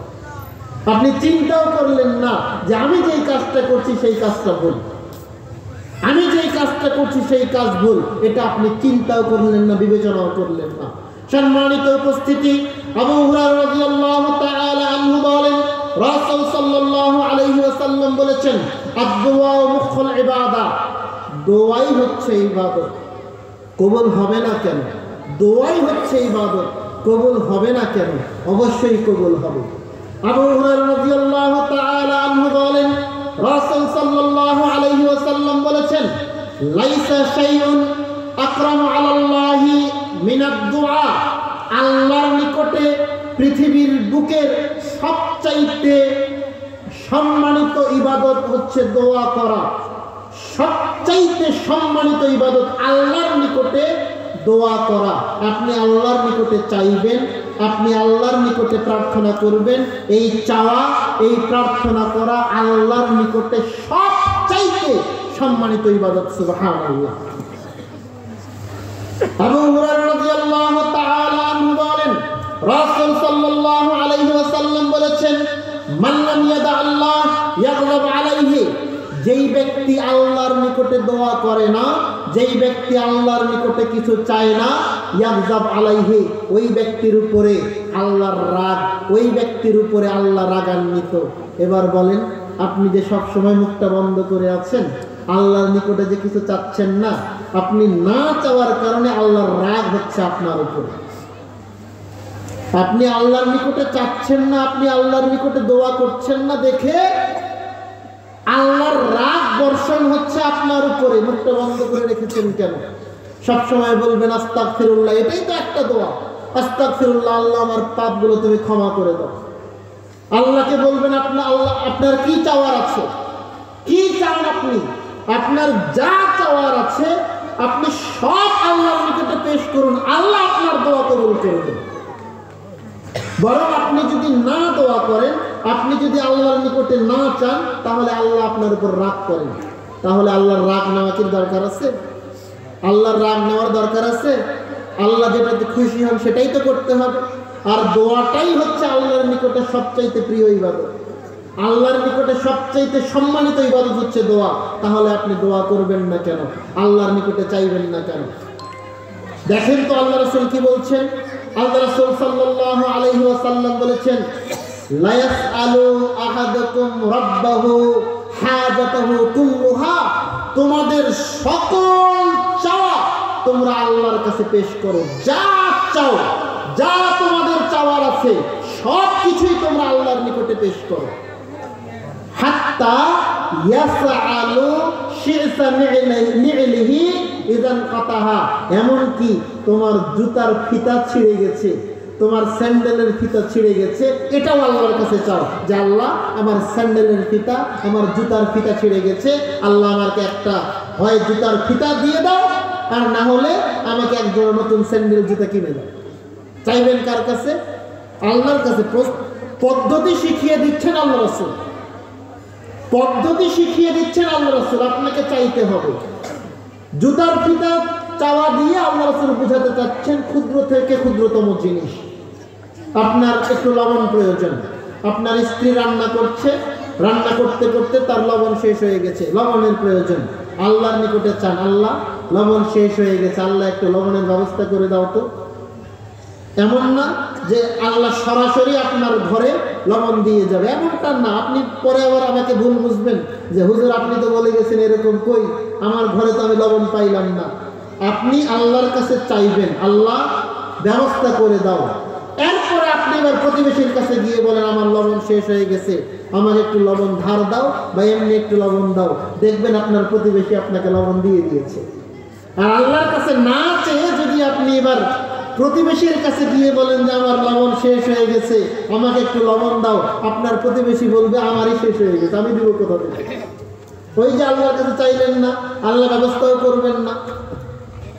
আপনার টাকা দরকার, আপনার সাহায্য দরকার, আপনার টাকা পয়সা দরকার, আপনি আল্লাহকে বলুন আল্লাহ আমার টাকা প্রয়োজন, চিকিৎসা করবো আল্লাহ টাকা প্রয়োজন, খাদ্য কিনবো আল্লাহ টাকা প্রয়োজন, টাকা নাই। আল্লাহর কাছে চাইবেন, চাওয়ার পরে এরপরে আপনি এবার আপনার বন্ধুর কাছে যাবেন, আপনার ভাইয়ের কাছে, আপনার প্রতিবেশীর কাছে গিয়ে বলবেন আমাকে কিছু টাকা ধার দেন, দেখবেন আপনার প্রতিবেশী, আপনার ভাই, আপনার বন্ধু আপনাকে টাকা ধার দিয়ে দিবে। আর আপনি যদি আল্লাহর কাছে না চেয়ে যদি তাকে গিয়ে বলেন যে আমাকে একটু টাকা ধার দাও তো, সে আপনাকে অজুহাত দেখাবে যে আমার কাছে এখন টাকা নেই, অথবা আপনাকে টাকা ধার দিবে সুদের উপরে। সুদ হালাল না হারাম? সুদ হালাল না হারাম? হারাম। তাহলে এই হারাম টাকায় আপনি কি কোনো বরকত অর্জন করতে পারবেন? তো আল্লাহ রাসূল সাল্লাল্লাহু আলাইহি ওয়াসাল্লাম বলেছেন তোমাদের যা চাওয়া আছে তোমরা চাইবে কার কাছে? আল্লাহর কাছে। আবু হুরায়রা রাদিয়াল্লাহু তাআলা আনহু বলেন রাসূল সাল্লাল্লাহু আলাইহি ওয়াসাল্লাম বলেছেন ইয়ানজিলু রাব্বুনা আল্লাহু তাবারাকা ওয়া তাআলা কুল্লা লাইলাতিন হিনা ইয়াবকা সুলুসুল লাইলি ইলাল আখির। আল্লাহ সুবহানাহু ওয়া তাআলা প্রতি রাতের 1/3 অবশিষ্ট থাকার সময়ে সামাবিদ দুনিয়া, দুনিয়ার আকাশে নেমে আসেন। আপনি মাথা উঠালে যে আকাশটা দেখতে পান এইটার নাম হচ্ছে সামাবিদ দুনিয়া, দুনিয়ার আকাশ। আল্লাহ সুবহানাহু ওয়া তাআলা এই আকাশে নেমে আসেন, নেমে এসে বলেন মাইয়াদুনি ফাস্তাজিবা লাহু, কে আছো আমার নিকটে চাও আমি তোমার দোয়া কবুল করব। মাইয়াসআলুনি ফাউতিয়াহু, কে আছো আমার নিকটে চাও, যা চাইবা আমি আল্লাহ তোমাকে তাই দিব। ওয়া মাইয়াস্তাগফিরুনি ফাগফির লাহু, কে আছো আমার নিকটে ক্ষমা চাও আমি আল্লাহ তোমাকে ক্ষমা করে দিব। আল্লাহ সুবহানাহু ওয়া তাআলা আপনার দোয়া কবুল করার জন্য প্রতি রাতের 1-2টার সময়ে দুনিয়ার আকাশে নেমে আসছেন আপনার দোয়া কবুলের জন্য। আর আপনি তখন ঘুমিয়ে আছেন, কেননা 10 মিনিট আগে বা আধা ঘন্টা আগে বা 1 ঘন্টা আগে আপনি টিভি বন্ধ করেছেন। মানুষ অত্যন্ত বেঈমান, মানুষ অত্যন্ত খারাপ, মানুষ অত্যন্ত বেঈমান। আল্লাহ আপনার দোয়া কবুল করার জন্য দুনিয়ার আকাশে নেমে এসেছেন, আর আপনি আল্লাহর নিকটে দোয়া করছেন না, আবার আল্লাহর উপরেই দোষ দিচ্ছেন যে আল্লাহ আমার দোয়া কবুল করেন না। আল্লাহ আপনার দোয়া কবুল করবেন কিভাবে? আপনি কি আল্লাহর পদ্ধতি মতো চলেছেন? যুবক, তোমাকে বলে যাচ্ছি, তুমি শোনো, তুমি রাত 1-2টার সময় মোবাইল রেখেছো, যেই সময় আল্লাহ সুবহানাহু ওয়া তাআলা দুনিয়ার আকাশে নেমে এসেছেন ওই সময় তুমি টিভি বন্ধ করেছো, ওই সময় তুমি মোবাইল রেখেছো। এতক্ষণ যাবত তুমি কানের মধ্যে ইয়ারফোন ঢুকিয়ে, 2 কানে ইয়ারফোন ঢুকিয়ে গান শুনেছো। বলো, তোমার দোয়া আল্লাহর কাছে কবুল হবে কিভাবে? নাফি রাদিয়াল্লাহু তাআলা আনহু বলেন, আমি আব্দুল্লাহ ইবনে ওমর রাদিয়াল্লাহু তাআলা আনহুর সাথে রাস্তা দিয়ে হেঁটে যাচ্ছিলাম। ফাসামিয়া মিরজাহান, হঠাৎ করে আব্দুল্লাহ ইবনে ওমর রাদিয়াল্লাহু তাআলা আনহু গান বাজনার শব্দ শুনতে পেলেন, তখন তিনি তার 2 আঙ্গুল কানের মধ্যে ঢুকিয়ে দিলেন। ঢুকিয়ে দিয়ে কিছু দূর হেঁটে যাওয়ার পরে বলছেন, নাফে হাল তুসমিউ শাইআন, এখন কি তুমি গান শুনতে পাচ্ছ? এখন কি তুমি বাজনা শুনতে পাচ্ছ? আমি বললাম না, আমি কিছু শুনতে পাচ্ছি না। তখন তিনি তার কানের ভিতর থেকে আঙ্গুল বের করে বলছেন, দেখো, আমি আল্লাহ রাসূল সাল্লাল্লাহু আলাইহি ওয়াসাল্লামের সাথে একদিন রাস্তা দিয়ে হেঁটে যাচ্ছিলাম, তিনি আওয়াজ শুনতে পেয়ে কানের মধ্যে আঙ্গুল ঢুকিয়ে দিলেন। এরপরে যখন বাজনার আওয়াজ তার কানে গেল না, আমাকে প্রশ্ন করলেন, বাজনার আওয়াজ শোনা যায় কিনা? আমি বললাম না, শোনা যায় না। তিনি তার কানের মধ্যে থেকে আঙ্গুল বের করে দিলেন। তাহলে তোমার নবী মুহাম্মদ সাল্লাল্লাহু আলাইহি ওয়াসাল্লাম গান বাজনার শব্দ যেন তার কানের মধ্যে না ঢুকে, এই জন্য তিনি কানের মধ্যে আঙ্গুল ঢুকিয়ে দিয়েছেন। আর যুবক, তুমি গান বাজনা যেন আরো বেশি সাউন্ডে শোনা যায়, তুমি কানের মধ্যে ইয়ারফোন ঢুকিয়ে দিচ্ছ। বলো, তোমার এই কানে জীবনেও কি আজান ঢুকবে? বলো, তোমার এই কানে জীবনে কখনো তুমি যদি পরিবর্তন না হও, তাহলে তোমার এই কানে কি তুমি আল্লাহর ডাক শুনতে পাবে? জীবনেও পারবে না। যুবক, তোমার পরিবর্তন হওয়া জরুরি। যুবক, তোমাকে আরো বলা যায়, তোমার আরো কিছু পরিবর্তন প্রয়োজন। আল্লাহ রাসূল সাল্লাল্লাহু আলাইহি ওয়াসাল্লাম বলেছেন, নি'মার রাজুল খুরাইমান। খুরাইম অত্যন্ত ভালো একজন ব্যক্তি, খুরাইম অত্যন্ত ভালো একজন মানুষ। তবে খুরাইমের 2টা গুণ আছে, 2টা জিনিস আছে যেটা খারাপ। এক, খুরাইমের চুলগুলো হচ্ছে লম্বা লম্বা, আর খুরাইম তার টাকনুর নিচে লুঙ্গি পায়জামা ঝুলিয়ে পড়ে। এই 2টা জিনিস হচ্ছে খুরাইমের খারাপ। যখন সাহাবারা গিয়ে খুরাইমকে বলছে, খুরাইম, তোমার ব্যাপারে আল্লাহ রাসূল সাল্লাল্লাহু আলাইহি ওয়াসাল্লাম এই মন্তব্য করেছেন। খুরাইম, আল্লাহ রাসূল বলেছেন তুমি অত্যন্ত ভালো মানুষ, কিন্তু তোমার এই 2টা জিনিস খারাপ। তখন খুরাইম সাথে সাথে কেচি নিয়ে তার চুলগুলোকে কাটতে কাটতে কানের উপরে উঠিয়ে দিল, আর তার লুঙ্গিকে, তার পায়জামাকে কাটতে কাটতে টাকনুর উপরে নিয়ে চলে আসলো। যুবক, তুমি যদি দাঁড়াও, তোমার প্যান্ট এখনো তুমি দেখবা প্যান্ট তোমার টাকনুর নিচে ঝুলে পড়ে আছে। যুবক, তুমি চুল কাটছো স্টাইল করে নায়কের মতো, তুমি চুল কাটছো মেসির মতো, তুমি চুল কাটছো নেইমারের মতো, তুমি চুল কাটছো রোনালদোর মতো। বলো, তুমি রাসূলের কোন আদর্শটাকে গ্রহণ করেছো? তুমি রাসূলের কোন সুন্নাতটাকে গ্রহণ করেছো? রাসূল তো তোমাকে সাবধান করে গেছে। যুবক, আমি তোমাকে বলছি, তোমার এই কানের মধ্যে ইয়ারফোন ঢুকিয়ে গান শোনা তোমাকে ত্যাগ করতে হবে। যুবক, আমি তোমাকে বলে যাচ্ছি, শোনো, তোমাকে তোমার টাকনুর নিচের প্যান্ট কেটে ফেলতে হবে। তোমার প্যান্ট, তোমার লুঙ্গি, তোমার পায়জামা টাকনুর উপরে পড়তে হবে। যুবক, আমি তোমাকে বলছি, তুমি এরকম নায়কের মতো, তুমি এরকম মেসি নেইমারের মতো, এরকম বিধর্মীদের মতো চুল কাটতে পারবে না, স্টাইল করতে পারবে না। তোমার চুল হবে অত্যন্ত ছোট ছোট, একেবারে কদম ফুলের মতো। আমি যখন মাদ্রাসায় পড়তাম, তখন মাদ্রাসায় আমাদের শিক্ষকরা বলতো, চুল কাটবা একেবারে কদম ফুলের মতো। কদম ফুল চিনেন না? একেবারে চতুর্দিকে সমান, ওই একদিকে স্টাইল করে বড় করে রাখবো, একদিকে ছোট করে রাখবো। ইসলাম এরকম স্বাধীনতা আপনাকে দেয় নাই। যুবক, তোমাকে বলে যাচ্ছে, তোমার চুলের স্টাইল তোমাকে পরিবর্তন করতে হবে। সালমান ফারিসি রাদিয়াল্লাহু তাআলা আনহু বলেন, রাসূল সাল্লাল্লাহু আলাইহি ওয়াসাল্লাম বলেছেন, ইন্নাল্লাহা হাইয়ুন কারীমুন। আল্লাহ হচ্ছেন অত্যন্ত লজ্জাশীল। আল্লাহ অত্যন্ত লজ্জাশীল। আল্লাহ যখন তার নিকটে বান্দা 2 হাত তুলে আল্লাহর নিকটে দোয়া করে, আল্লাহ সেই হাতকে খালিভাবে ফিরিয়ে দিতে লজ্জা পান। আপনি আল্লাহর কাছে হাত তুলে দোয়া করছেন, 1 দিন 2 দিন 3 দিন 4 দিন কন্টিনিউ ভাবে, ধারাবাহিকভাবে আপনি আল্লাহর নিকটে দোয়া করছেন। আল্লাহ আপনার এই হাতটাকে খালি ফিরিয়ে দিতে লজ্জা পান। তার মানে আপনি আল্লাহর নিকটে যা চাইবেন, আল্লাহ আপনার চাওয়া পূর্ণ করে দিবেন। সুবহানাল্লাহ। বুরাইদা রাদিয়াল্লাহু তাআলা আনহু বলেন, সামিআন নবী সাল্লাল্লাহু আলাইহি ওয়াসাল্লাম রাজুলান ইয়াদউ। আল্লাহ রাসূল সাল্লাল্লাহু আলাইহি ওয়াসাল্লাম একজন ব্যক্তিকে দোয়া করতে শুনলেন। ওই ব্যক্তি দোয়া করছে, সে তার দোয়াতে বলছে, আল্লাহুম্মা ইন্নী আসআলুকা বিআন্নী আশহাদু আন্নাকা আনতাল্লাহ। আল্লাহ, আমি তোমার নিকটে চাচ্ছি, কেননা আমি সাক্ষ্য দিচ্ছি তুমি আল্লাহ, লা ইলাহা ইল্লা আনতা, তুমি ছাড়া কোনো মাবুদ নাই, তুমি ছাড়া কোনো ইলাহ নাই। আল আহাদুস সামাদুল্লাযী লাম ইয়ালিদ ওয়া লাম ইউলাদ ওয়া লাম ইয়াকুল লাহু কুফুয়ান আহাদ।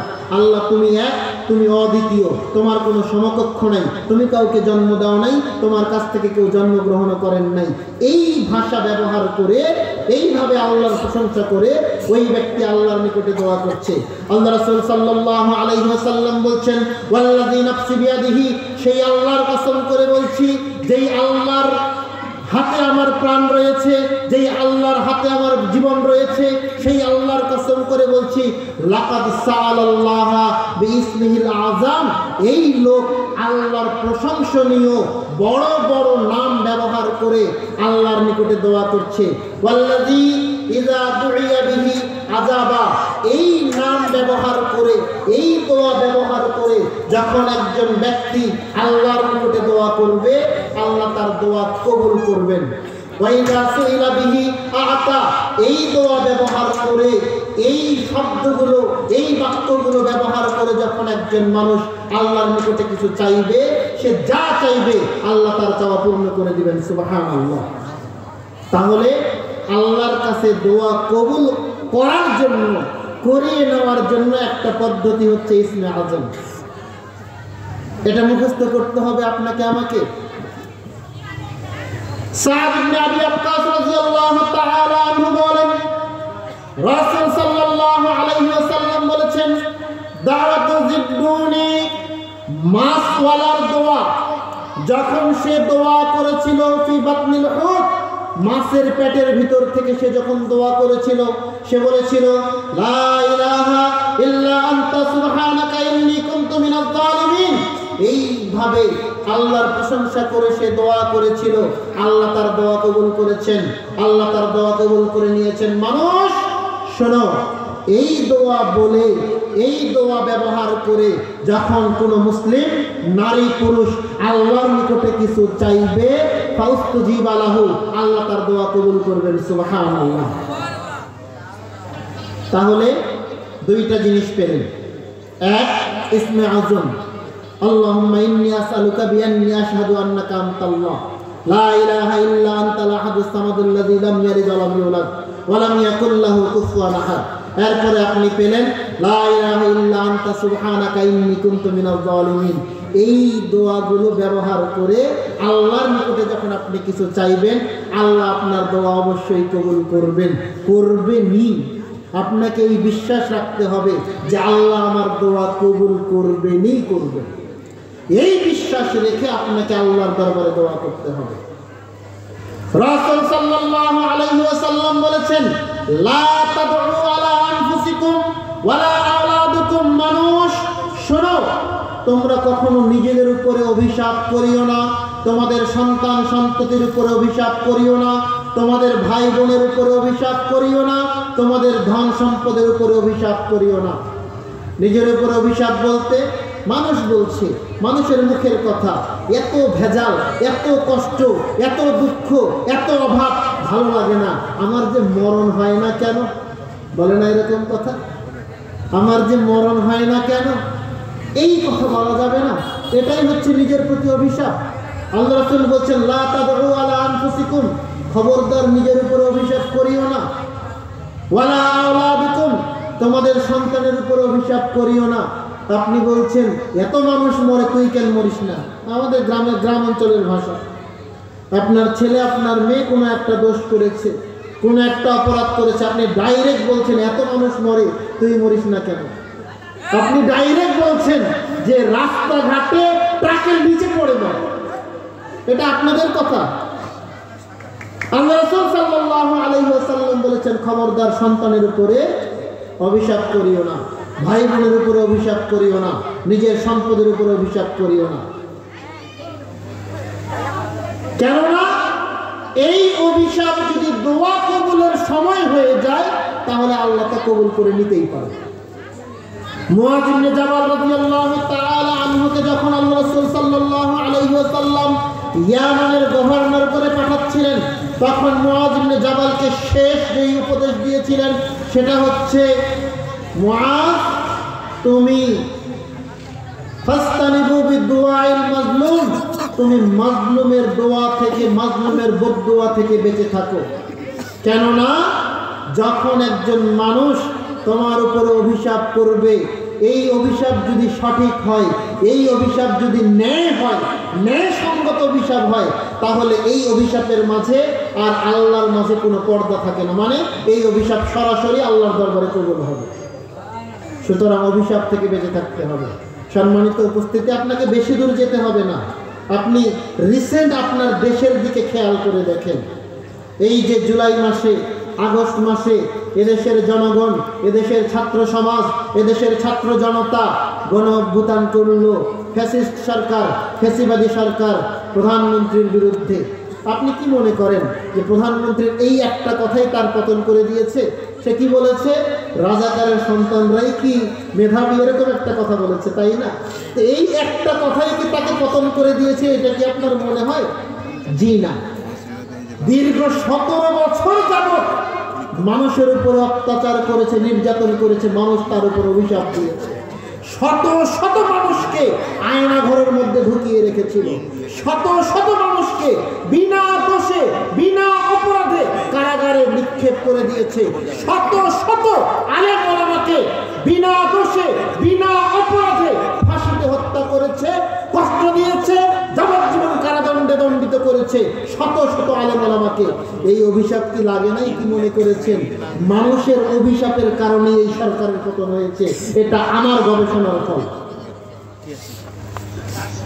এটা এমনি এমনি হয় নাই। মানুষের অভিশাপ তার উপরে লেগেছে, মানুষের অভিশাপ তাদের উপরে লেগেছে, যার কারণে এখন তারা লুকানোর জায়গা পাচ্ছে না। যার কারণে সাবধান, মানুষের অভিশাপ থেকে বেঁচে থাকবেন। আল্লাহ রাসূল বলছেন, শোনো, তোমরা নিজেদের উপরে অভিশাপ করিও না, নিজেদের সন্তানের উপরে অভিশাপ করিও না, নিজেদের ভাই বোনের উপরে অভিশাপ করিও না, নিজেদের সম্পদের উপরে অভিশাপ করিও না। রাসূল সাল্লাল্লাহু আলাইহি ওয়াসাল্লাম বলছেন, ইয়া মাশারান নিসা, মহিলারা শোনো, তাসাদদাকনা, তোমরা দান সদকা করো, ওয়া আকসিরনা বিল ইস্তিগফার, তোমরা আল্লাহর নিকটে বেশি বেশি করে ইস্তেগফার করো। কেননা আমি তোমাদেরকে বেশি সংখ্যক মহিলাকে আমি জাহান্নামী হিসেবে দেখতে পাচ্ছি। একজন মহিলা বলছে, আল্লাহ রাসূল, কেন কেন আমরা এত জাহান্নামী? আল্লাহ রাসূল সাল্লাল্লাহু আলাইহি ওয়াসাল্লাম বলছেন, দুইটা কারণে তোমরা বেশি বেশি জাহান্নামী। এক, আকসিরনা বিল লা'নাতি, তোমরা বেশি বেশি মানুষকে অভিশাপ দাও, ওয়া, এবং তোমরা তোমাদের স্বামীর আনুগত্য করো না, তোমরা তোমাদের স্বামীর ভালোবাসাকে অস্বীকার করো। এই দুইটা কারণে তোমরা বেশি সংখ্যক নারী জাহান্নামী। তাহলে নারীদের ব্যাপারে আল্লাহ রাসূল সাল্লাল্লাহু আলাইহি ওয়াসাল্লাম সতর্ক করে দিয়ে গেছে। সতর্কতা, নারীদেরকে বলছেন তোমরা বেশি বেশি করে দান সদকা করো, কেননা তোমরা বেশি বেশি মানুষকে অভিশাপ করো। আসলেই তাই। আপনি দেখেন, তাদের মুখ থেকেই অভিশাপের বাক্যগুলো, তাদের মুখ থেকেই অভিশাপের শব্দগুলো বেশি ব্যবহার হয়, বেশি বের হয়। আমি বুঝি না অভিশাপ করে কি মজা পায়। আল্লাহু আকবার। আল্লাহ রাসূল সাল্লাল্লাহু আলাইহি ওয়াসাল্লাম বলছেন, শোনো, তোমরা অভিশাপ থেকে তোমরা বেশি বেশি অভিশাপ দাও, আর তোমরা স্বামীর ভালোবাসাকে মূল্যায়ন করো না, যার কারণে তোমরা দান সদকা করো, আল্লাহর নিকটে ইস্তেগফার করো, আল্লাহ চাইলে তোমাদেরকে ক্ষমা করে দিতে পারেন।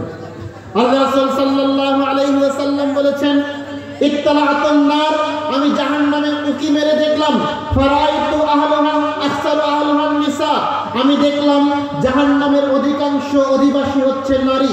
জাহান্নামে শুধু নারী আর নারী, জাহান্নামে শুধু নারী আর নারী, জাহান্নামে শুধু নারী আর নারী। সাহাবারা প্রশ্ন করলেন, আল্লাহ রাসূল, কেন জাহান্নামে এত নারী কিসের জন্য? আল্লাহ রাসূল সাল্লাল্লাহু আলাইহি ওয়াসাল্লাম বলেছেন, বিকুফরিহিন্না, তারা অস্বীকার করেছে। সাহাবারা প্রশ্ন করলেন, আল্লাহ রাসূল, আয়াকফুরনা বিল্লাহি ওয়া রাসূলিহি, তারা কি আল্লাহ এবং আল্লাহ রাসূলকে অস্বীকার করেছেন? আল্লাহ রাসূল বলেছেন, না, তারা আল্লাহকেও মানে, আল্লাহ রাসূলকেও মানে। বাল ইয়াকফুরনা বিল আশিরাতি ওয়া ইয়াকফুরনা বিল ইহসান, তারা তাদের স্বামীকে অস্বীকার করে, তারা তাদের স্বামীর ভালোবাসাকে অস্বীকার করে। কিভাবে অস্বীকার করে? আল্লাহ রাসূল বলছেন, লাউ আহসান তাহাদুহুন্না দাহারা কুল্লাহু, তুমি যদি সারা জীবন তোমার স্ত্রীকে ভালোবেসে যাও, সুম্মা রাত মিনকা শাইয়ান, একদিন তোমার স্ত্রী তোমার কাছে কোনো একটা জিনিস চেয়ে বসলো, তুমি যদি দিতে না পারো, সে ডাইরেক্ট বলবে মা রাইতু মিনকা খায়রান কাত্তু, তোমার কাছ থেকে কোনো জিনিস আমি আজ পর্যন্ত চায়ে পাইলাম না। অথচ এতদিন যাবত আপনার স্ত্রী আপনার কাছে যা চেয়েছে আপনি সব দিয়েছেন। সামনে রমজান মাস, ঈদ, এখন মনে করেন প্রতি বছর আপনি আপনার শ্বশুর শাশুড়িকে কাপড় দেন, আপনার শালা শালিকে কাপড় দেন, এইবার মনে করেন আপনার টাকা নেই, তা আপনার স্ত্রীকে বলছেন যে প্রতি বছর তো দেই, এই বছর না হয় একটু না দিলাম, হাত শর্ট, টাকা পয়সা নাই, জিনিসপত্রের দাম বেশি, তো এইবার একটু না দেই। আপনার স্ত্রী ডাইরেক্ট বলবে কোন দিন আবার দিয়েছিলে। এটা আমার ভাষা না, এটা আল্লাহ রাসূলের ভাষা। আল্লাহ রাসূল বলছেন আপনি সারা জীবন আপনার স্ত্রীকে ভালোবেসে যাবেন, একদিন যদি আপনি তার একটা কথা শুধু অমান্য করেন, সে ডাইরেক্ট বলবে মা রাইতু মিনকা খায়রান কাত্তু, তোমার কাছ থেকে কোনো জিনিস চাই পাইলামই না। অথচ আপনি তার সব চাওয়া পূর্ণ করেছেন। মা, আপনাকে বলে যাই, আপনি সাবধান হয়ে যান, আপনার এই একটা কথার কারণে আপনার জন্য জান্নাত হারাম হয়ে যাবে, আপনার এই একটা কথার কারণে আপনার জন্য জান্নাত হারাম হয়ে যাবে। অথচ জান্নাতে যাওয়া নারীদের জন্য সবচাইতে সহজ। আল্লাহ রাসূল সাল্লাল্লাহু আলাইহি ওয়াসাল্লাম বলেছেন ইন্নাল মারআতা, একজন মহিলা ইযা সাল্লাত খামসাহা, যখন 5 ওয়াক্ত সালাত আদায় করবে, ওয়া সামাত শাহরাহা, রমজান মাসে রোজা রাখবে, ওয়া আতাআত বালাহা, স্বামীর আনুগত্য করবে, ওয়া আহসানাত ফারজাহা, এবং তার লজ্জাস্থানকে হেফাজত করবে, আল্লাহ রাব্বুল আলামিন ওই মহিলাকে বলবেন ফালিয়াদখুলনাল জান্নাতা মিন আইয়ি বাব, জান্নাতের 8টা দরজা তোমার জন্য খুলে দিলাম, তুমি যে কোনো দরজা দিয়ে ঢুকে যাও। সুবহানাল্লাহ। জান্নাতে যাওয়া একজন মহিলার জন্য সবচাইতে সহজ, কিন্তু তারপরেও জাহান্নামের অধিকাংশ অধিবাসী হচ্ছে নারী। কেননা একজন মহিলা 5 ওয়াক্ত নামাজ ঠিকভাবে আদায় করতে পারবে, চাইলেই পারবে। একজন মহিলা চাইলেই রমজান মাস পূর্ণভাবে সিয়াম পালন করতে পারবে, তাদের অসুস্থতার দিনগুলো বাদ দিয়ে। যেই কয়েকদিন অসুস্থ থাকবে সেটা আবার পরবর্তীতে কাজা আদায় করে নেওয়া যাবে, সেটাতেও ঠিক আছে। একজন মহিলা চাইলে তার লজ্জাস্থানকে হেফাজত করতেও পারবে, কিন্তু একজন মহিলা যেই জায়গাটাতে আটকে গেছে সেটা হচ্ছে তার স্বামীর আনুগত্য করা। এই মহিলা স্বামীর আনুগত্য করতে চায় না। স্বামী বলছে শোনো, আজকে ওয়াজ শুনে আসলাম, নারীকে বাড়ির বাইরে বের হওয়া যাবে না, আর তোমরা প্রতিদিন বিকালে রাস্তার মোড়ে মোড়ে আড্ডা দিতে বের হচ্ছ। স্বামী বলছে আজকে ওয়াজ শুনে আসলাম, একজন মহিলা বাইরে ফেরিওয়ালা আসলে সেখানে গিয়ে কেনাকাটা করতে পারবে না, আর ফেরিওয়ালা আসলেই তোমরা চতুর্দিক থেকে ফেরিওয়ালাকে ঘিরে ধরে বসে থাকছো। আপনি আজকে গিয়ে আপনার এই বউকে এই কথা বলেন তো, আপনার স্ত্রী আপনার এই কথা মানবেই না, মানবেই না। অথচ এই না মানার কারণেই তারা জাহান্নামী, অন্য সব দিক দিয়ে ঠিক আছে। আল্লাহ রাসূল সাল্লাল্লাহু আলাইহি ওয়াসাল্লাম বলছেন নারীরা শোনো, তোমরা বেশি বেশি দান সদকা করো 2টা কারণে। 1, তোমরা বেশি বেশি মানুষের উপরে অভিশাপ দাও। 2, তোমরা স্বামীর আনুগত্য করো না, যার কারণে তোমরা দান সদকা বেশি বেশি করে করো। সম্মানিত উপস্থিতি, আলোচনা করেছিলাম আল্লাহর নিকটে দোয়া করা। আল্লাহর নিকটে দোয়া সবচাইতে আল্লাহর নিকটে সম্মানিত ইবাদত। আপনি আল্লাহর নিকটে চাইবেন, আপনি আল্লাহর নিকটে দোয়া করবেন, এবং আপনার মনের মধ্যে পূর্ণ বিশ্বাস থাকতে হবে আল্লাহ আমার দোয়া কবুল করবেন। দোয়া করি তো, আপনি কেন হতাশ হয়ে যাবেন?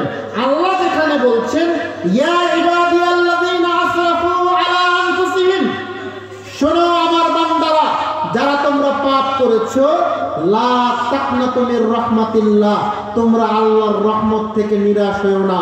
তার মানে তোমার দোয়া কবুল হবে না এই কথা তুমি কখনো চিন্তাই করিও না। আল্লাহ আরো বলছেন ওয়াইদা সাআলাকা ইবাদি আন্নী ফাইন্নী করিব। নবী মুহাম্মদ সাল্লাল্লাহু আলাইহি ওয়াসাল্লাম, মানুষ তোমাকে প্রশ্ন করবে আমার সম্পর্কে, আমি আল্লাহ সম্পর্কে মানুষ তোমাকে প্রশ্ন করবে আল্লাহ কোথায়, আল্লাহ কি করেন, আল্লাহ কি করছেন, আল্লাহ আমার দোয়া কবুল করেন না কেন।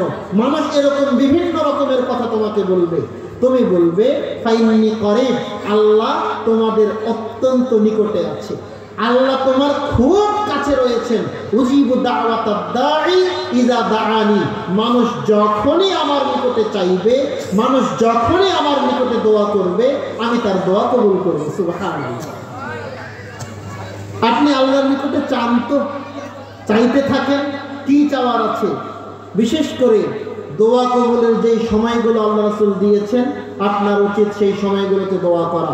সম্মানিত উপস্থিতি, দোয়া কবুলের কয়েকটা সময়ের মধ্যে সবচাইতে গুরুত্বপূর্ণ সময় হচ্ছে তাহাজ্জুদের সময়।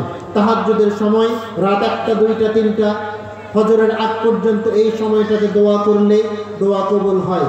2 আজানের মাঝখানে, অর্থাৎ মুয়াজ্জিন আজান দিয়েছে, এরপরে ইকামত হওয়ার আগ পর্যন্ত এই সময়টাতে দোয়া করলে আল্লাহ দোয়া কবুল করেন। সালাম ফিরানোর পূর্বে, যে কোনো সালাতে সালাম ফিরানোর পূর্বে আল্লাহর নিকটে দোয়া করলে আল্লাহ কবুল করেন। যার কারণে আমরা আলেম ওলামারা আপনাকে সবসময় একটা কথা বলে থাকি, সালাম ফিরানোর আগে অন্তত পক্ষে বলবেন রব্বির হামহুমা কামা রাব্বায়ানি সাগীরা।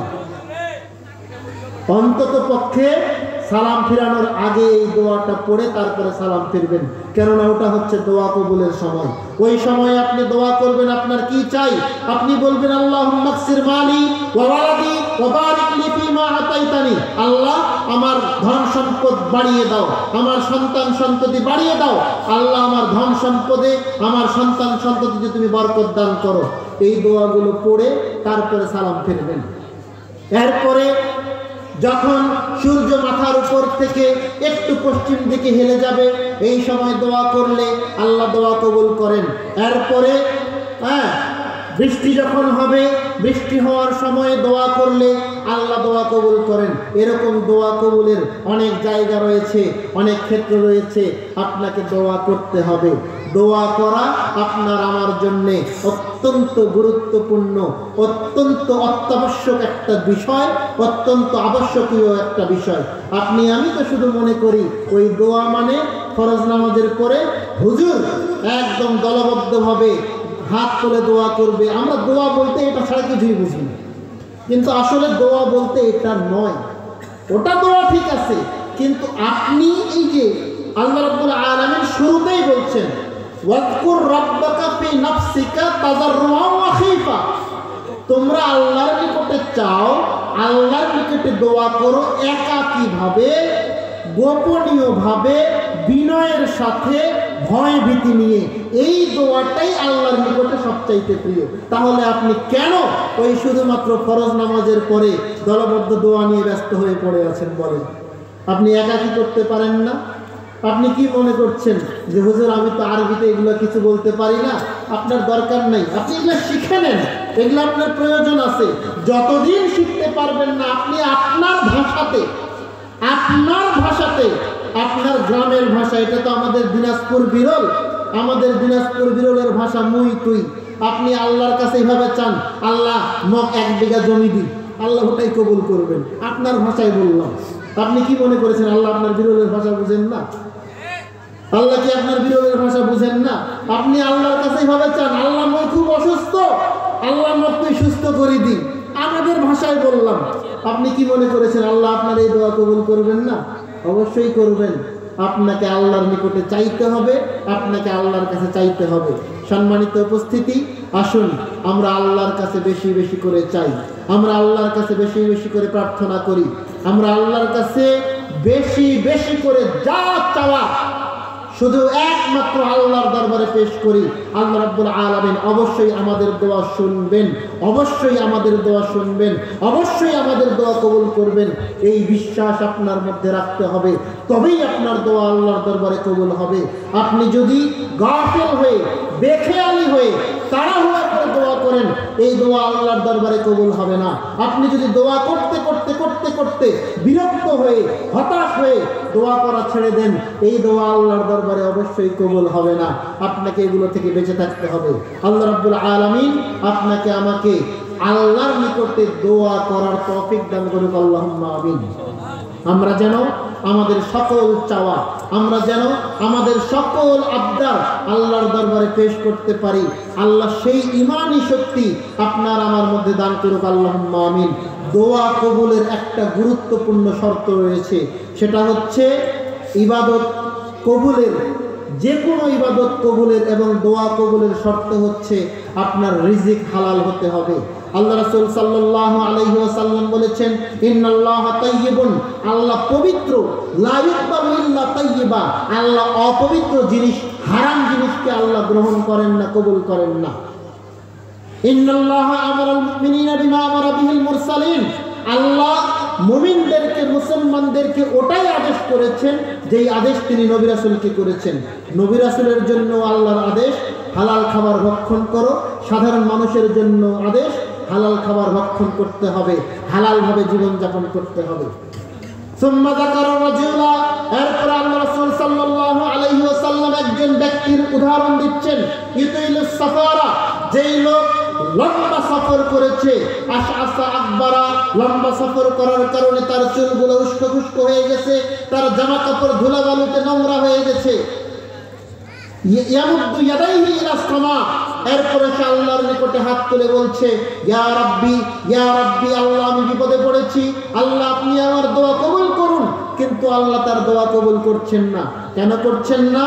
কারণ মাতআমুহু হারাম, সে যেই খাবারটা খাচ্ছে সেই খাবারটা হারাম। মাশরাবুহু হারাম, সে যেই পানি পান করছে সেই পানিটা হারাম। মালবাসুহু হারাম, সে যেই পোশাক পরে রয়েছে সেই পোশাকটা হারাম। ওয়া গুজিয়া বিল হারাম, সে হারামের উপরেই জীবনযাপন করছে।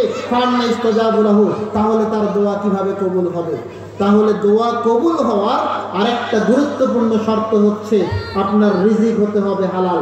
হারাম খাবার খেয়ে, সুদের টাকা খেয়ে, ঘুষের টাকা খেয়ে, যাকাত না দেওয়া সম্পদের টাকা খেয়ে, অথবা অসর না দেওয়া ফসল খেয়ে আল্লাহর নিকটে দোয়া করলে আল্লাহ সেই দোয়া কবুল করবেন না। দোয়া কবুলের গুরুত্বপূর্ণ শর্ত হচ্ছে আপনার রিজিক হতে হবে হালাল। সম্মানিত উপস্থিতি, আসুন আমরা এই বিষয়গুলোর উপরে গুরুত্ব দেই, আমরা এই বিষয়গুলো থেকে শিক্ষা লাভ করি। আজকের আলোচনা থেকে আপনাদের জন্য আমার পক্ষ থেকে জরুরি শিক্ষা হচ্ছে আপনি আপনার জিহ্বাটাকে কন্ট্রোল করবেন। জিহ্বা দিয়ে কখনো অশ্লীল কথা, নোংরা কথা, মিথ্যা কথা বের করবেন না। আপনার জন্য আমার পক্ষ থেকে জরুরি শিক্ষা হচ্ছে আজকে থেকে, এখন থেকে রাস্তাঘাটে, রাস্তার মোড়ের দোকানে, চায়ের দোকানে আড্ডাবাজি আপনাকে বন্ধ করতে হবে।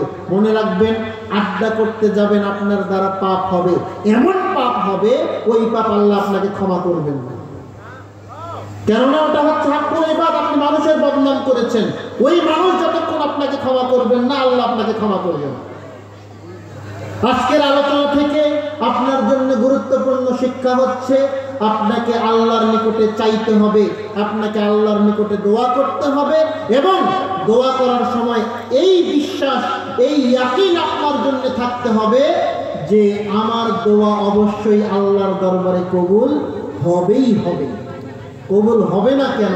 আমি আল্লাহর বান্দা, আল্লাহ আমাকে সৃষ্টি করেছেন, তিনি আমার রব, তার নিকটে আমি চাইবো আমার দোয়া কবুল হবেই হবে। অবশ্যই এখানে আপনি তাড়াহুড়া করতে পারবেন না, বা বিরক্ত হয়ে দোয়া ছেড়ে দিতে পারবেন না, হতাশ হয়ে দোয়া ছেড়ে দিতে পারবেন না। আপনার জন্য আমার পক্ষ থেকে গুরুত্বপূর্ণ শিক্ষা, আপনি তাহাজ্জুদের জন্য আজকে থেকে অভ্যাসী হওয়ার চেষ্টা করুন। আপনার জন্য আমার পক্ষ থেকে গুরুত্বপূর্ণ শিক্ষা, যুবক তোমাকে বলে যাচ্ছি, আজকে থেকে এই কানের মধ্যে ইয়ারফোন ঢুকিয়ে গান শোনা তুমি বন্ধ করো। তুমি মনে রাখবে, তোমার নবী মুহাম্মদ সাল্লাল্লাহু আলাইহি ওয়াসাল্লাম গান বাজনা যেন কানের মধ্যে না ঢুকে, এই জন্য তিনি কানে আঙ্গুল ঢুকিয়েছিলেন। তুমি নবী মুহাম্মদের সম্পূর্ণ বিপরীত কাজ করছো, তোমাকে এই কাজ পরিত্যাগ করতে হবে। যুবক, তোমার জন্য আমার পক্ষ থেকে দাওয়াত, তুমি তোমার টাকনুর নিচের প্যান্ট, লুঙ্গি আজকেই ছেটে ফেলবে, ছোট করে ফেলবে। যুবক, তোমার জন্য আমার পক্ষ থেকে আজকে গুরুত্বপূর্ণ দাওয়াত, তোমার চুলের এই স্টাইল, তোমার চুলের এই কাটিং তোমাকে চেঞ্জ করতে হবে। মা বোন, আপনাকে বলে যাই, আপনার জন্য আমার পক্ষ থেকে দাওয়াত, আজকে থেকে কখনো স্বামীর অবাধ্য হবেন না। আজকে রাতে স্বামীর হাত ধরে ক্ষমা নিয়ে বলবেন, এতদিন তোমার কথা না শুনে ভুল করেছি, তুমি আমাকে মাফ করে দাও। আপনি মনে রাখবেন, আপনার স্বামী যদি আপনাকে ক্ষমা না করে, আল্লাহ আপনাকে ক্ষমা করবেন না, আপনার জন্য জান্নাত হারাম। মা, আপনাকে বলে যাই, আপনার এলাকায় ফেরিওয়ালা আসবে, আপনার এলাকায় বিভিন্ন জায়গা থেকে মানুষ ভ্যানে করে, এরপরে ভাড়ে করে জিনিস বিক্রি করতে নিয়ে আসবে। খবরদার, আপনি বাড়ি থেকে বের হয়ে তাদেরকে চতুর্দিক থেকে ঘিরে ধরে তাদের কাছ থেকে জিনিসপত্র ক্রয় করতে পারবেন না, এটা আপনার জন্য হারাম। মা, আপনাকে বলে যাই, বোন, আপনাকে বলে যাই, আপনি আমার কথায় কষ্ট নেবেন না। আল্লাহ রাসূল আপনাকে বেশি বেশি দান সদকা করতে বলেছেন, কেননা আপনি বেশি বেশি মানুষের ব্যাপারে বদনাম করেন, মানুষের উপরে আপনি অভিশাপ দেন। আপনার এই নীতি, আপনার এই কাজ আজকেই আপনাকে পরিত্যাগ করতে হবে। আল্লাহ রাব্বুল আলামিন আপনাকে, আমাকে, আমাদের সকলকেই ক্ষমা করুন, আল্লাহুম্মা আমিন। আল্লাহ রাব্বুল আলামিন আপনাকে, আমাকে দ্বীন ইসলামের জীবন, দ্বীন ইসলামের বিধিবিধান মোতাবেক জীবন যাপন করার তৌফিক দান করুক, আল্লাহুম্মা আমিন। আল্লাহ রাব্বুল আলামিনের দরবারে এই দোয়া রেখে আজকের আমার সংক্ষিপ্ত বক্তব্য, আমার আলোচনা এখানে শেষ করছি। সুবহানাকা আল্লাহুম্মা ওয়া বিহামদিকা আশহাদু আল্লা ইলাহা ইল্লা আনতা আস্তাগফিরুকা ওয়া আতুবু ইলাইক। আসসালামু আলাইকুম ওয়া রাহমাতুল্লাহি ওয়া বারাকাতুহু।